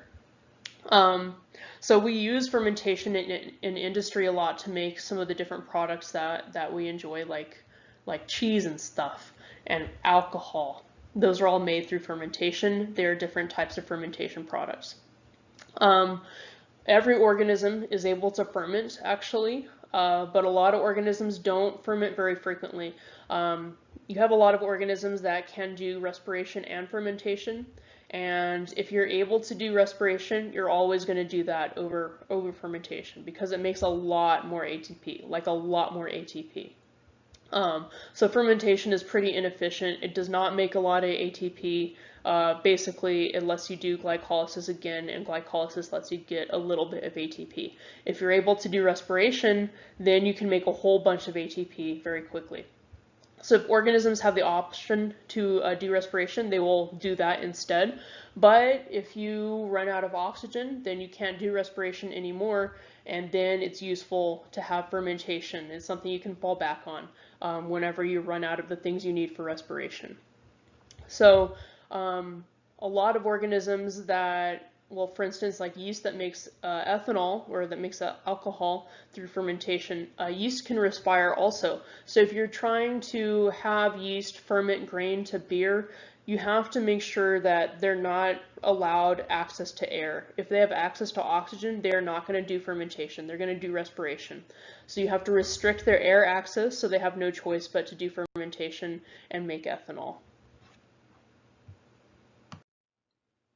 Okay, so now we'll go through respiration, starting with the first process, which is pyruvate oxidation. That occurs in the cytosol for prokaryotes, but in eukaryotes, it occurs in the mitochondrial matrix, which is the innermost part of the mitochondria. You can also call this process the bridge stage or the bridge step because it is linking glycolysis with the next process, which is Krebs or the citric acid cycle. So it's pretty simple. It's only one reaction. So it's a lot simpler than these other processes, which would be why it can be called a bridge stage sometimes. Basically, with pyruvate oxidation, you're taking the pyruvate from glycolysis and converting it to acetyl-CoA. So, and again, the CoA stands for coenzyme A. So this is coenzyme A with an acetyl group on it, which has these two carbons. So you take your pyruvate, you combine it with coenzyme A, and you get acetyl-CoA. But pyruvate has 3 carbons in it, and acetyl-CoA only has 2 in the acetyl group. So that means you have 1 carbon that's left over. That carbon is going to leave as carbon dioxide, which is a waste product. So you're technically splitting a carbon off of the pyruvate. That leaves as a waste product as CO2, and you're combining the remaining 2 carbons with coenzyme A to make acetyl-CoA. This process also will load electrons on an Nad Plus to give you NADH. So overall, what you're making here is 2 acetyl-CoA for every glucose. Since every glucose makes 2 pyruvates, you do pyruvate oxidation twice for every glucose. So 2 acetyl-CoAs for every glucose and 2 NADHs for every glucose. Also for our carbon tracking, we had 6 carbons in glucose. Then in glycolysis, we split that in 2, so you ended up with 2 pyruvates, each with 3 carbons. Now in pyruvate oxidation, we're splitting it again. 1 of the carbons from each pyruvate goes to CO2, which means that from our original glucose, 2 of the carbons are going to go as CO2 in pyruvate oxidation, and the remaining 4, 2 from each remaining pyruvate, will end up as acetyl-CoA. And then we go into the Krebs cycle, also called the citric acid cycle, also called the tricarboxylic acid cycle. I like to call it Krebs because that's 1 syllable instead of a bunch, but the book is referring to it as a citric acid cycle, which is abbreviated CAC. This is occurring in the cytosol for prokaryotes and also in the mitochondrial matrix for eukaryotes, the innermost part of the mitochondrion. The Krebs cycle is a much more complex series of reactions than pyruvate oxidation, even more complex than glycolysis actually. And it's a circular set of reactions where your initial reactant is regenerated as a product at the end. So you're starting with this 4-carbon molecule oxaloacetate, and you're going to add the carbons from acetyl-CoA to it. That gives you a 3-carbon molecule citrate, which is also citric acid. So that's why this is called the citric acid cycle. Citrate or citric acid is the first product that you form. And then that citrate is going to go through a lot of different steps Actually more than what's shown here. This is just a summary. There's a lot of steps in here, and eventually at the end it ends up as oxaloacetate again. In some of these steps you're going to be taking carbons off of citrate. Citrate has 6 carbons. 2 of those carbons are from the acetyl-CoA, ultimately from glucose. Each of those carbons is going to be removed as a CO2 and leave as a carbon dioxide. So by the end you're left with your 4 carbons again in oxaloacetate. Another thing you're doing here in the Krebs cycle is making ATP a little bit. Actually, technically, you're not making ATP, you're making GTP, but they're real similar. Is basically guanosine instead of adenosine. So we generally, we'll frequently use the terms interchangeably. So you don't need to know that the Krebs cycle or the citric acid cycle makes GTP specifically. ATP is good enough. And finally, what the Krebs cycle is doing is making a bunch of electron carriers, or I should say reducing a bunch of electron carriers. All right, so you have NAD plus here, here, and here. So NAD plus is being reduced to NADH at 3 different points in the Krebs cycle, and you also have an FAD being reduced to FADH2. So this is the first time we're seeing an electron carrier other than NAD plus play a role here in catabolism. Overall, for the Krebs cycle, you are converting those carbons from acetyl-CoA into carbon dioxide, and you are making electron carriers. For every glucose, you're going to be making 6 NADHs and 2 FADH2s and 2 ATPs, and having ultimately for every glucose 4 CO2 released. Then we go into the final process of respiration, which is oxidative phosphorylation. Oxidative phosphorylation means using an electron transport chain to make ATP. For prokaryotes, this is happening in the cell membrane. In eukaryotes, it's happening in the inner mitochondrial membrane, which is the membrane that bounds the mitochondrial matrix. First, we'll look at the electron transport chain, and then we'll look at how that's used to make ATP. The electron transport chain requires all of those electron carriers that we reduced in the previous steps of respiration and in glycolysis. So all the NADHs we made and the FADH2 that we made, they're all coming here to the electron transport chain. And what they're doing is dropping their electrons off at the electron transport chain. The electrons are moving along the chain. They're used to pump hydrogen ions across the membrane, which is protons across the membrane. And at the end, the electrons are added to the final electron acceptor, which is oxygen. So this is a diagram of oxidative phosphorylation, actually the whole thing. This diagram is for eukaryotes, so this is the inner mitochondrial membrane, this is the outer mitochondrial membrane. The mitochondrial matrix would be in here, and this is the little space between the membranes of the mitochondria. These big protein complexes that are embedded in the inner membrane are the protein complexes of the electron transport chain. So you're going to have your electron carriers, NADH and FADH2, come in and drop their electrons off at the electron transport chain. Those electrons will be transferred from complex to complex to complex along the electron transport chain. At the end, they are added to oxygen, which is the final electron acceptor, or the terminal electron acceptor. And at each stage of the journey, as the electrons travel on the electron transport chain, they are used to pump hydrogen ions or protons across the membrane. For eukaryotes, that means these hydrogen ions or these protons end up in the intermembrane space between the 2 mitochondrial membranes. But for prokaryotes, that means that the protons are ending up outside of the cell, which means that they're creating the proton motive force. Then you're going to use that proton motive force to make ATP. This enzyme here is actually using the proton motive force to make ATP at the end. So the whole point of this electron transport chain is just to pump these protons and make a concentration gradient for protons across the membrane.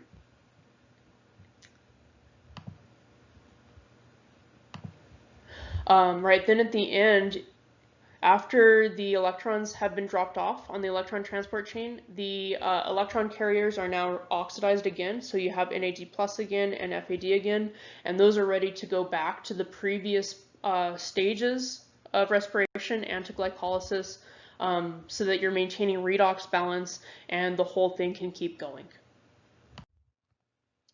So looking in more detail at the electron transport chain, you have generally 4 different protein complexes that are a part of the electron transport chain. It actually varies from organism to organism, especially for microbes. You can have strange electron transport chains. The different complexes can be different. You can be missing one even, and the components of each complex can be different from organism to organism. Then in addition to those protein complexes, you're going to have cofactors that are carrying electrons along the electron transport chain. So in general, each one of these complexes is going to have 1 or more cofactors inside of it that is actually going to accept the electron from the electron carrier and then transfer it to its next location. Some of those cofactors, like this one here, Q, that's ubiquinone, they're actually going to travel through the membrane to the next complex, carrying electrons to the next complex in the electron transport chain. Then the electrons would hop from cofactor to cofactor on that complex until they get to the next transporting cofactor. Then at the very end, the electrons are added to oxygen.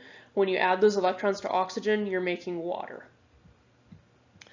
So some of those cofactors are classed as flavins. Some of them are classed as cytochromes, and then you also have ubiquinone or quinones.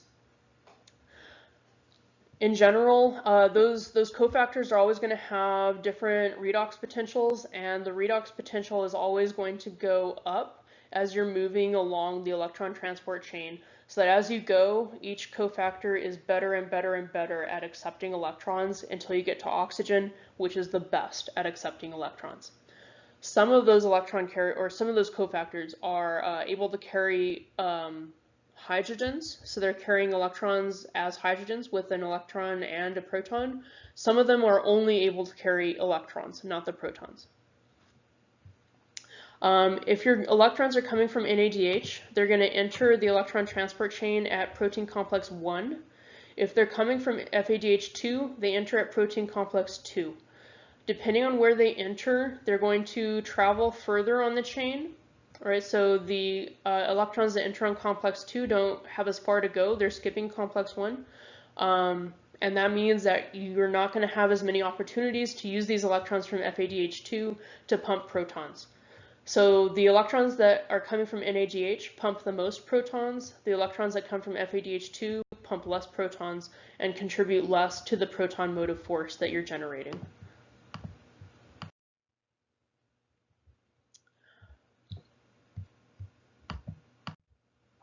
Once your electrons have made it onto complex 1 or complex 2, depending on if they come from NADH or from FADH2, they're going to be transferred ultimately to ubiquinone, and ubiquinone is going to diffuse through the membrane, carrying the electrons with it to complex 3, and it drops them off there. From complex 3, another cofactor, cytochrome C, is going to be carrying the electrons to complex 4. Then complex 4 is able to add those electrons to oxygen to make water. That's actually a little complicated because in order to do that, you have to take molecular oxygen, O2, and split it in half. So complex 4 is actually splitting oxygen in half and then adding electrons to it to make water. You're also having some protons come in from the cytosol or from the mitochondrial matrix, depending on if this is a eukaryote or a prokaryote. So half of an oxygen plus 2 protons plus 2 electrons, that's water, because 1 hydrogen is 1 proton and 1 electron. At certain stages here, you're pumping electrons. So complex 1 pumps electrons, complex 4 also pumps electrons, and then ubiquinone is also able to pump electrons. So it picks up electrons as hydrogens. It picks up an electron and then a proton as a hydrogen, and then when it drops it off, it only drops the electron off at complex 3. The extra proton it drops off on the other side of the membrane. So at these 3 points, you are pumping hydrogen across, or hydrogen ions, which are protons, across the membrane, and establishing the proton motive force. Different organisms can have different combinations of these complexes, but almost every organism is going to have complex 3. It's the most conserved complex. So the one that changes the least and is most commonly found. So as these electrons move along the electron transport chain, they are losing some of their energy, and the energy is being converted to the proton motive force. So in this graph, we have the free energy of the electrons on whichever carrier they're on at whichever point we're talking about on the electron transport chain. So they're starting off here, if they're coming from NADH, they're starting off on complex 1, and they have a lot of energy. If they're coming from FADH2, then they start off on complex 2, then they get transferred to ubiquinone. That takes them to complex 3. They hop from carrier or cofactor to cofactor on complex 3. Every time they hop, they're losing a little bit of energy. The free energy of those electrons on the cofactor is going down a little bit and a little bit and a little bit. Then they're carried on cytochrome C to complex 4. They continue losing energy, and at the end, they are added to the final electron acceptor or the terminal electron acceptor, which in this case is oxygen for regular aerobic respiration. So as they proceed, they lose energy. That energy is used to pump protons, and therefore the energy is being converted into the proton motive force. In order to make this work, the organism is exploiting the different redox potentials or the different reduction potentials of the different cofactors and carriers that are being used to transport the electrons. So when you start off on the electron transport chain, the cofactors that are carrying electrons have lower reduction potentials. And if you have a low reduction potential, then it's hard for you to accept an electron, but it's easy for you to donate an electron. So it's not very easy for these carriers at the start of the electron transport chain to accept the electrons that are being added to them, but they are able to accept the electrons because the electrons have a lot of energy. As you go, electrons lose energy, and the reduction potential of each next carrier gets a little bit higher and a little bit higher and a little bit higher, until you end up at oxygen, which has like the highest reduction potential of any compound that's relevant in biology. So that means that as you go along the electron transport chain, the carriers are getting better and better at accepting electrons. The electrons have less energy, which means it's hard to accept those electrons when they don't have a lot of energy. But since these carriers have a very high reduction potential and a very high ability to accept electrons, they are able to accept them. And oxygen is the most efficient thing, the best thing you can use as the final electron acceptor because it has the highest reduction potential of any compound that's relevant in biology. So you can use something else to accept the electrons at the end if it's able to accept them, but you're not going to be able to extract the maximum amount of energy from the electrons unless you're adding them to oxygen. So here's another summary of the electron transport chain. This one is shown for prokaryotes. So here you have the outside of the cell, and here you have the cytosol of the cell. And here you have your complex 1. So NADH is going to come in and drop its electrons off at complex 1. That gives you back NAD+. Those electrons are going to hop to ubiquinone, which carries them to complex 3. If your electrons are coming from FADH2, then they're going to enter onto complex 2 and also be added to ubiquinone, which carries them to complex 3. Complex 1 is pumping hydrogen ions or protons outside of the cell. Ubiquinone is also dropping off protons outside of the cell. Then the electrons are going to travel from complex 3 on cytochrome C to complex 4, where they're going to be added to the final electron acceptor, which is oxygen, and that makes water. And then complex 4 is also pumping protons across the membrane. As you go here, the reduction potential of each complex and carrier is getting higher and higher. So we start out with negative numbers, and we end up with positive numbers at the end. And then, of course, oxygen has the most positive number of all.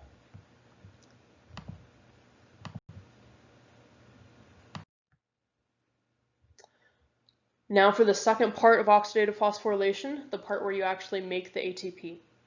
That's done by an enzyme called ATP synthase. ATP synthase allows protons to cross the membrane down their concentration gradient and uses the energy of their passage to make ATP. So this is super similar to how the flagellar motors work. They also let hydrogen ions flow down across the membrane down their concentration gradient, and it uses the energy to rotate the motor. ATP synthase also has a component that rotates when hydrogen ions are crossing the membrane through it. So here you have the structure of the ATP synthase.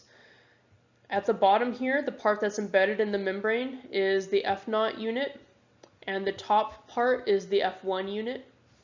The F0 unit is the unit that's allowing protons to cross the membrane. And then the F1 unit is the unit that's actually making ATP. So when these protons cross the membrane through the F0 unit, then these proteins that are part of that unit, called the C proteins, are going to start rotating, similar to the motor in the flagella. That rotation is going to be transmitted through these gamma and epsilon proteins up to the F1 unit. And then once that rotation is transmitted to the F1 unit, the beta subunits here are going to start undergoing conformational changes, so changing their shape a little bit so that they're able to bind ADP and the free phosphate. And then when the motor rotates again and they change back to their initial conformation, they're going to synthesize ATP from the ADP and the free phosphate. So protons are flowing down their concentration gradient through the F0 unit. That causes it to rotate. The rotation is transmitted to the F1 unit. Then the F1 unit uses that rotation to make ATP.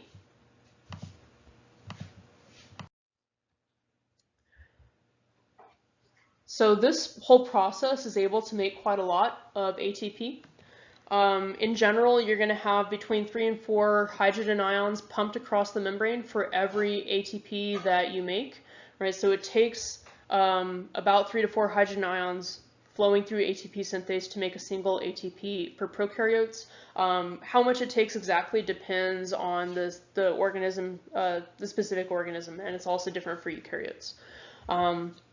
When you consider how many hydrogens you're able to pump for every electron on the electron transport chain, you end up making about 34 ATPs for every glucose that you originally used for glycolysis.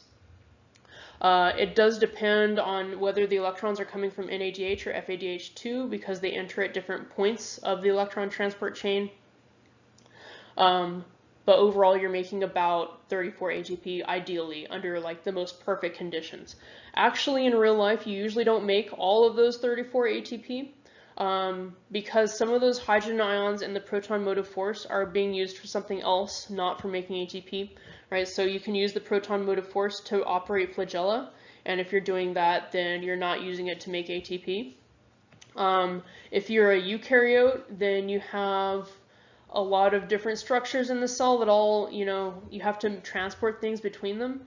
And specifically, some of the reactions to make ATP are occurring in the mitochondria, and some of them are occurring in the cytosol.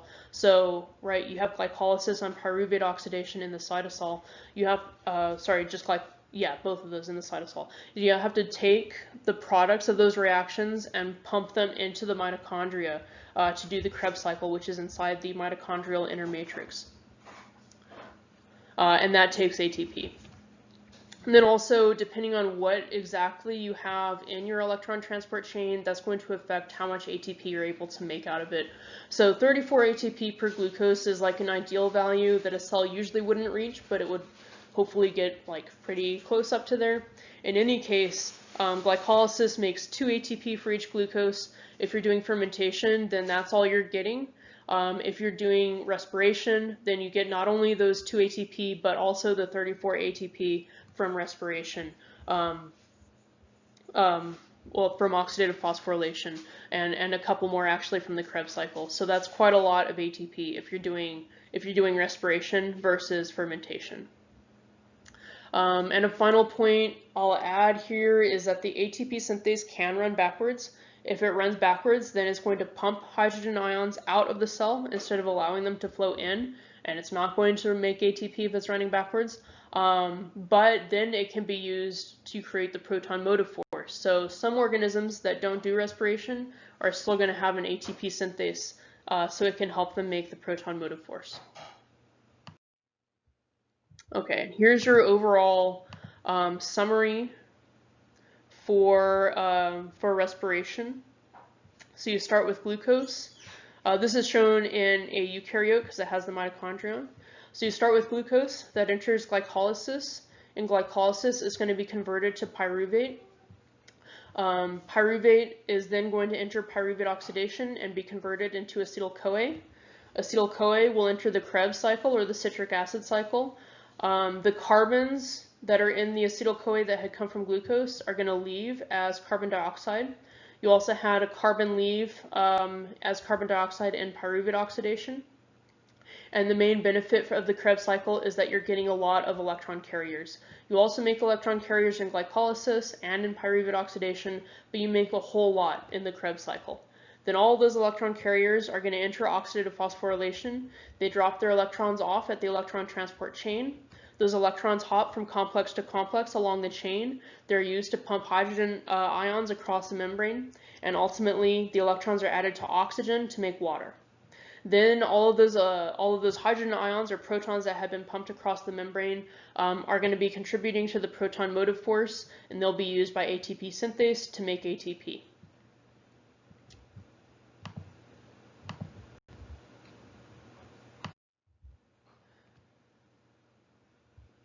So you have some different options for how organisms can do respiration. We just talked about aerobic respiration, which is the main kind of respiration that you have, but you also have anaerobic respiration that some organisms can do. It's basically the same process, but you're using something other than oxygen for the final electron acceptor or the terminal electron acceptor. Different organisms can use different things. You could use nitrate, you could use iron, you could use sulfate, and a lot more options as well. All of those options are going to have a less positive reduction potential than what oxygen has, which means they're not as good at accepting electrons, which means they do not make as much ATP. So in order to make the maximum amount of ATP, you have to use oxygen. If you're not using oxygen, you're going to make less. But the benefit is you don't need oxygen, which sometimes is not around. The diagram here is an example of an electron transport chain for anaerobic respiration in which the final electron acceptor is nitrate instead of oxygen, and that has electrons added to it to make nitrite and water.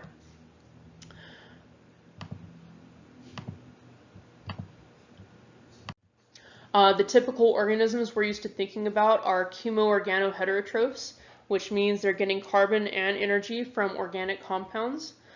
So those types of organisms are going to use an organic compound as the ultimate electron source for respiration. Usually they're going to be using glucose, but they could also use something else. So that means that all of the electrons that are ultimately added to oxygen have come from glucose originally, right? They're added to those electron carriers, and those electron carriers drop them off at the electron transport chain, but ultimately they came from glucose. You also have chemolithotrophs that use inorganic compounds to donate electrons as their energy source. So they would not be using glucose to do glycolysis. They're going to have a completely different process where they're starting not with glucose, but with something like hydrogen sulfide or iron or ammonia or molecular hydrogen. And then they're using that to take electrons for their electron transport chain. So respiration for those types of organisms is going to look very different from respiration for heterotrophic organisms that are using an organic compound. A lot of the time, chemolithotrophs can live happily in community with chemoorganoheterotrophs, especially the ones that are doing anaerobic respiration. Because the products of anaerobic respiration can then be the electron donors needed by the chemolithotrophs. So As an example, if you are a chemoorganoheterotroph who's doing anaerobic respiration and you're using sulfate as your final electron acceptor, that means when you're adding electrons to that sulfate, you make hydrogen sulfide. Well, some chemolithotrophs use hydrogen sulfide as an energy source to donate electrons in the first place for their electron transport chain. So that chemolithotroph would basically use the waste product from this anaerobic respirer as an energy source. So they can live well in communities together. Here you have the overall summary for carbohydrate catabolism. You always start with glycolysis no matter what. Glycolysis makes a little bit of ATP and it makes NADH. You can then do fermentation. You're taking the pyruvate from glycolysis and converting it to a fermentation product. There's a lot of different ones. You are not making ATP most likely, but what you are doing is using the electrons from NADH, which gives you back Nad Plus, which means you can do another round of glycolysis and make a little bit of ATP. You can also go the other route and do respiration after doing glycolysis. In that case, you're taking the pyruvate from glycolysis, you're converting it to acetyl-CoA in pyruvate oxidation. In that step, you're also losing one carbon that had been in glucose as carbon dioxide. The other two carbons from the pyruvate that had been in glucose are going to end up in acetyl-CoA. And you're also generating NADH in pyruvate oxidation. The acetyl-CoA from pyruvate oxidation is going into the Krebs cycle or the citric acid cycle. Both of the carbons in the acetyl group are going to end up leaving as carbon dioxide, and at that point all of the carbons in glucose will have been oxidized fully to carbon dioxide, meaning all of their electrons that could be stripped have been stripped away, and you're left with just the carbon dioxide. You're also making a little bit of ATP from the Krebs cycle, and you're making a lot of electron carriers. All of those electron carriers from glycolysis, from pyruvate oxidation, and from the Krebs cycle are then going to enter oxidative phosphorylation. They're going to drop their electrons off at the electron transport chain. Those electrons are going to travel on the electron transport chain, losing energy at each hop until they're added to the final electron acceptor at the end, which is oxygen for aerobic respiration, or not oxygen for anaerobic respiration. In the process of being moved on the electron transport chain, the electrons are going to be used to pump protons across a membrane, either the mitochondrial membrane or the cell membrane. And then those pumped hydrogen ions or protons are setting up the proton motive force or proton gradient, concentration gradient. Then ATP synthase is going to let those hydrogen ions flow down their concentration gradient back across the membrane and use the energy of their transport to make ATP. Then the final note is that the electron carriers that drop their electrons off at the electron transport chain are now oxidized back to Nad Plus and FAD. They're going to go back to glycolysis, to pyruvate oxidation, and to the Krebs cycle, so those processes can repeat again.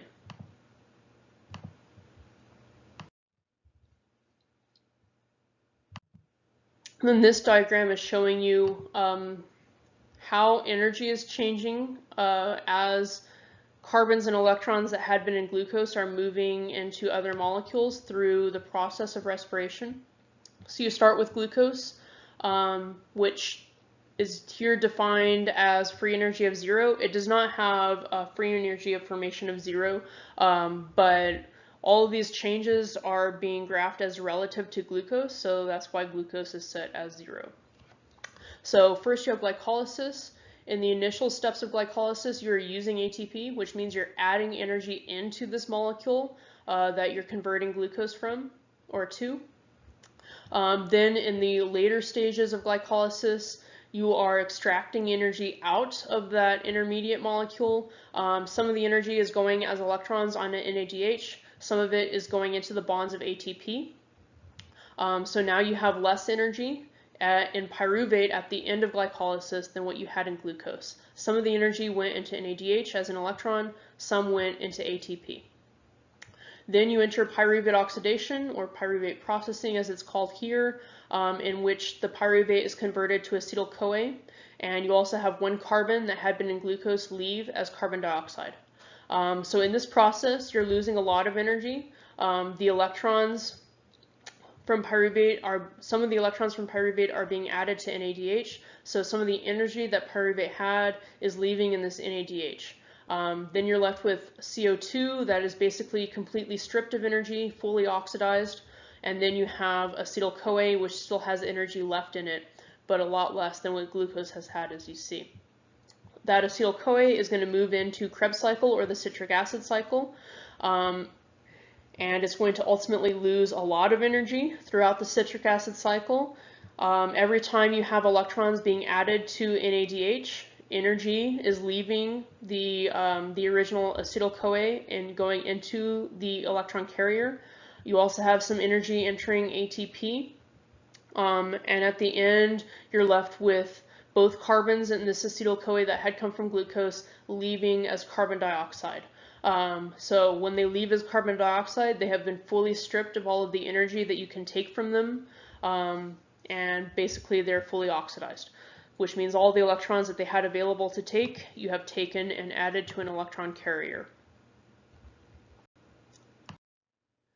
So next we'll briefly consider anabolism, which is building bigger molecules from smaller.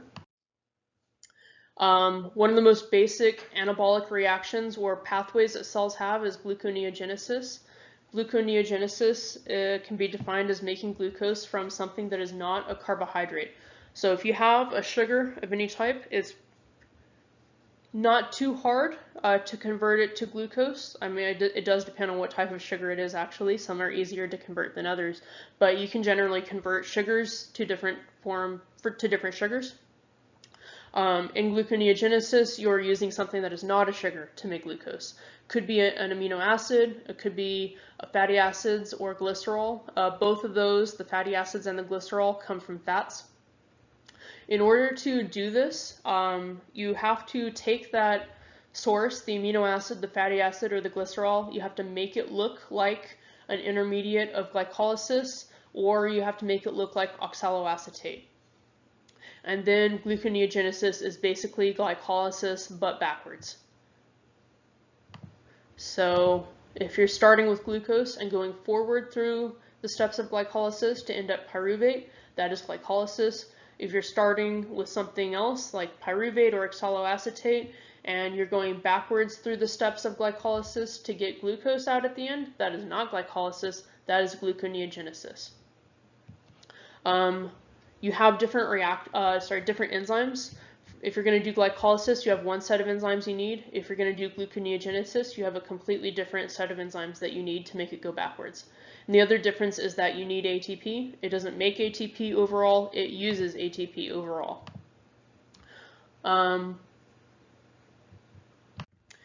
In general, if you have an amino acid or a glycerol or something and you've converted it to make it look like an intermediate of glycolysis, that means that it could enter glycolysis or it could enter gluconeogenesis, depending on what enzymes the cell has available at the time. If the cell has enzymes for glycolysis, it's going to go into glycolysis. If the cell has enzymes for gluconeogenesis, it's going to go into gluconeogenesis. Mostly it would be determined by what the cell needs at that moment. So if the cell needs ATP, then it's going to use that glycerol converted to an intermediate in glycolysis to make ATP. If the cell needs sugars to build its structures, then it's going to send the glycerol into gluconeogenesis instead. Another important pathway for making sugars is the pentose phosphate pathway. This is used to make 5-carbon sugars, whereas glucose is a 6-carbon sugar. The most important 5-carbon sugar is ribose.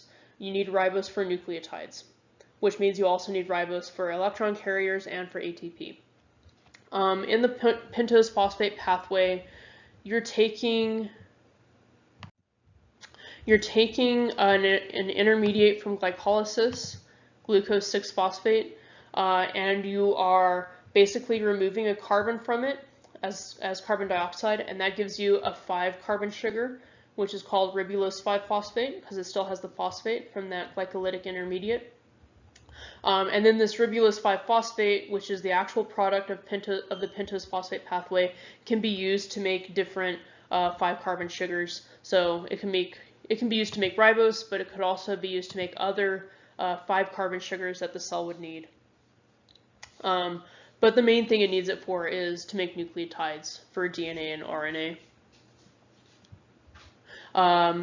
This is also the first process that we've looked at that uses NADPH. So in the pentose phosphate pathway, one thing that you do is take some electrons from the glucose 6-phosphate and add them to NADP+, which gives you NADPH. You're going to need that NADPH for other processes that the cell does. You need it to make fatty acids. You're also going to need it once you have ribose to make deoxyribose for DNA. Those are some of the main places that you need NADPH, but it's also used in other places, and it also depends on what organism we're talking about. Photosynthetic organisms also need NADPH for photosynthesis. For making amino acids, you have a lot of different reactions that are used because every amino acid is going to need a different set of reactions to make it. Different organisms are able to make different amino acids. Any amino acid that an organism can't make is something that that organism has to get from its environment as a micronutrient. For most amino acids, the precursor metabolite to make the amino acid is an intermediate from glycolysis or from the Krebs cycle or citric acid cycle.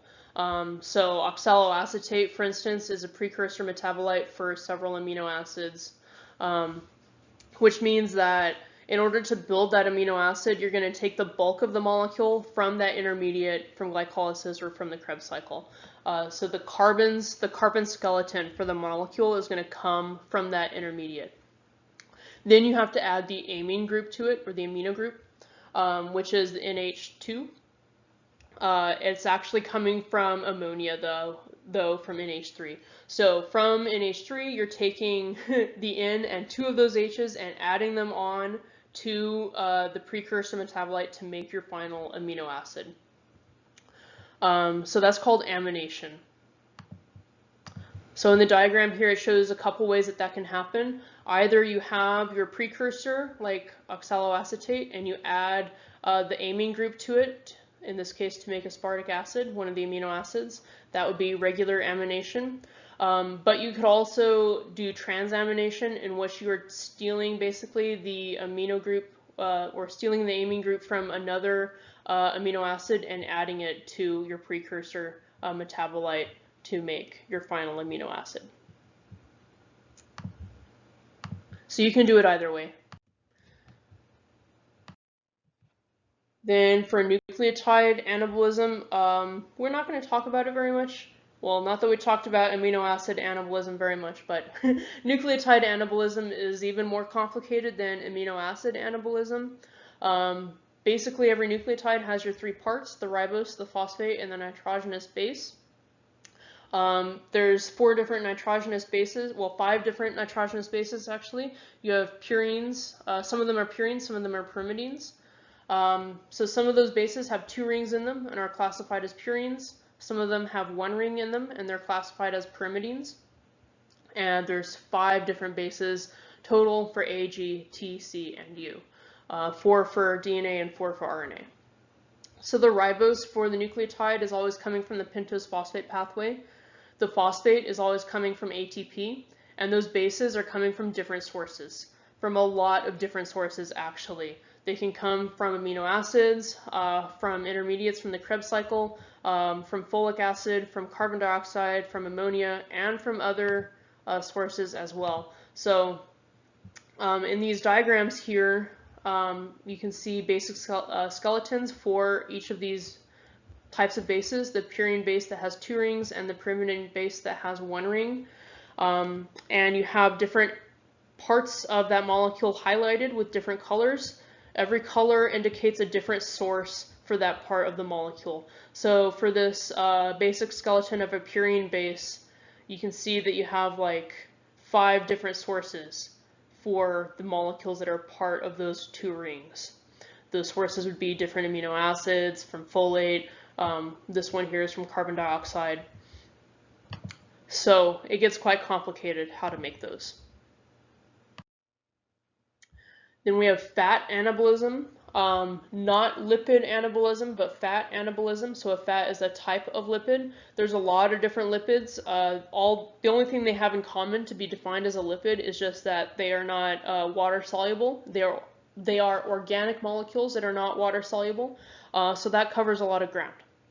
But we commonly think about fats. A fat is a glycerol with 3 fatty acids attached to it, and it can be made in this general way. So first you would make the fatty acids.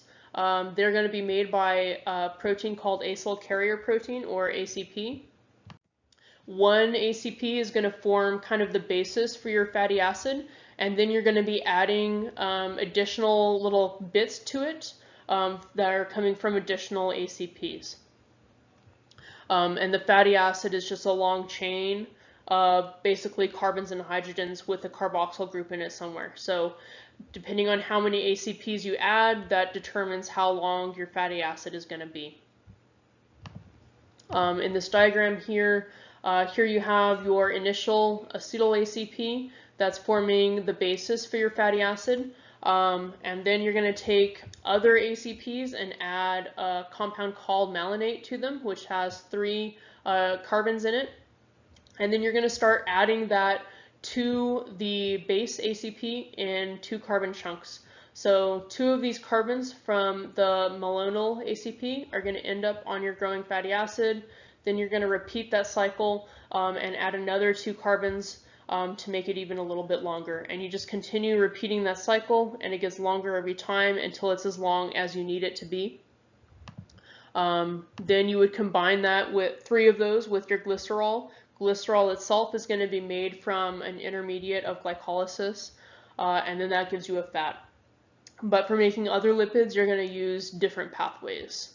And remember, this is more applicable to bacteria, because bacteria use fatty acids for their membranes, but archaea do not do that. They use hydrocarbons instead, and their lipids are made in a different way.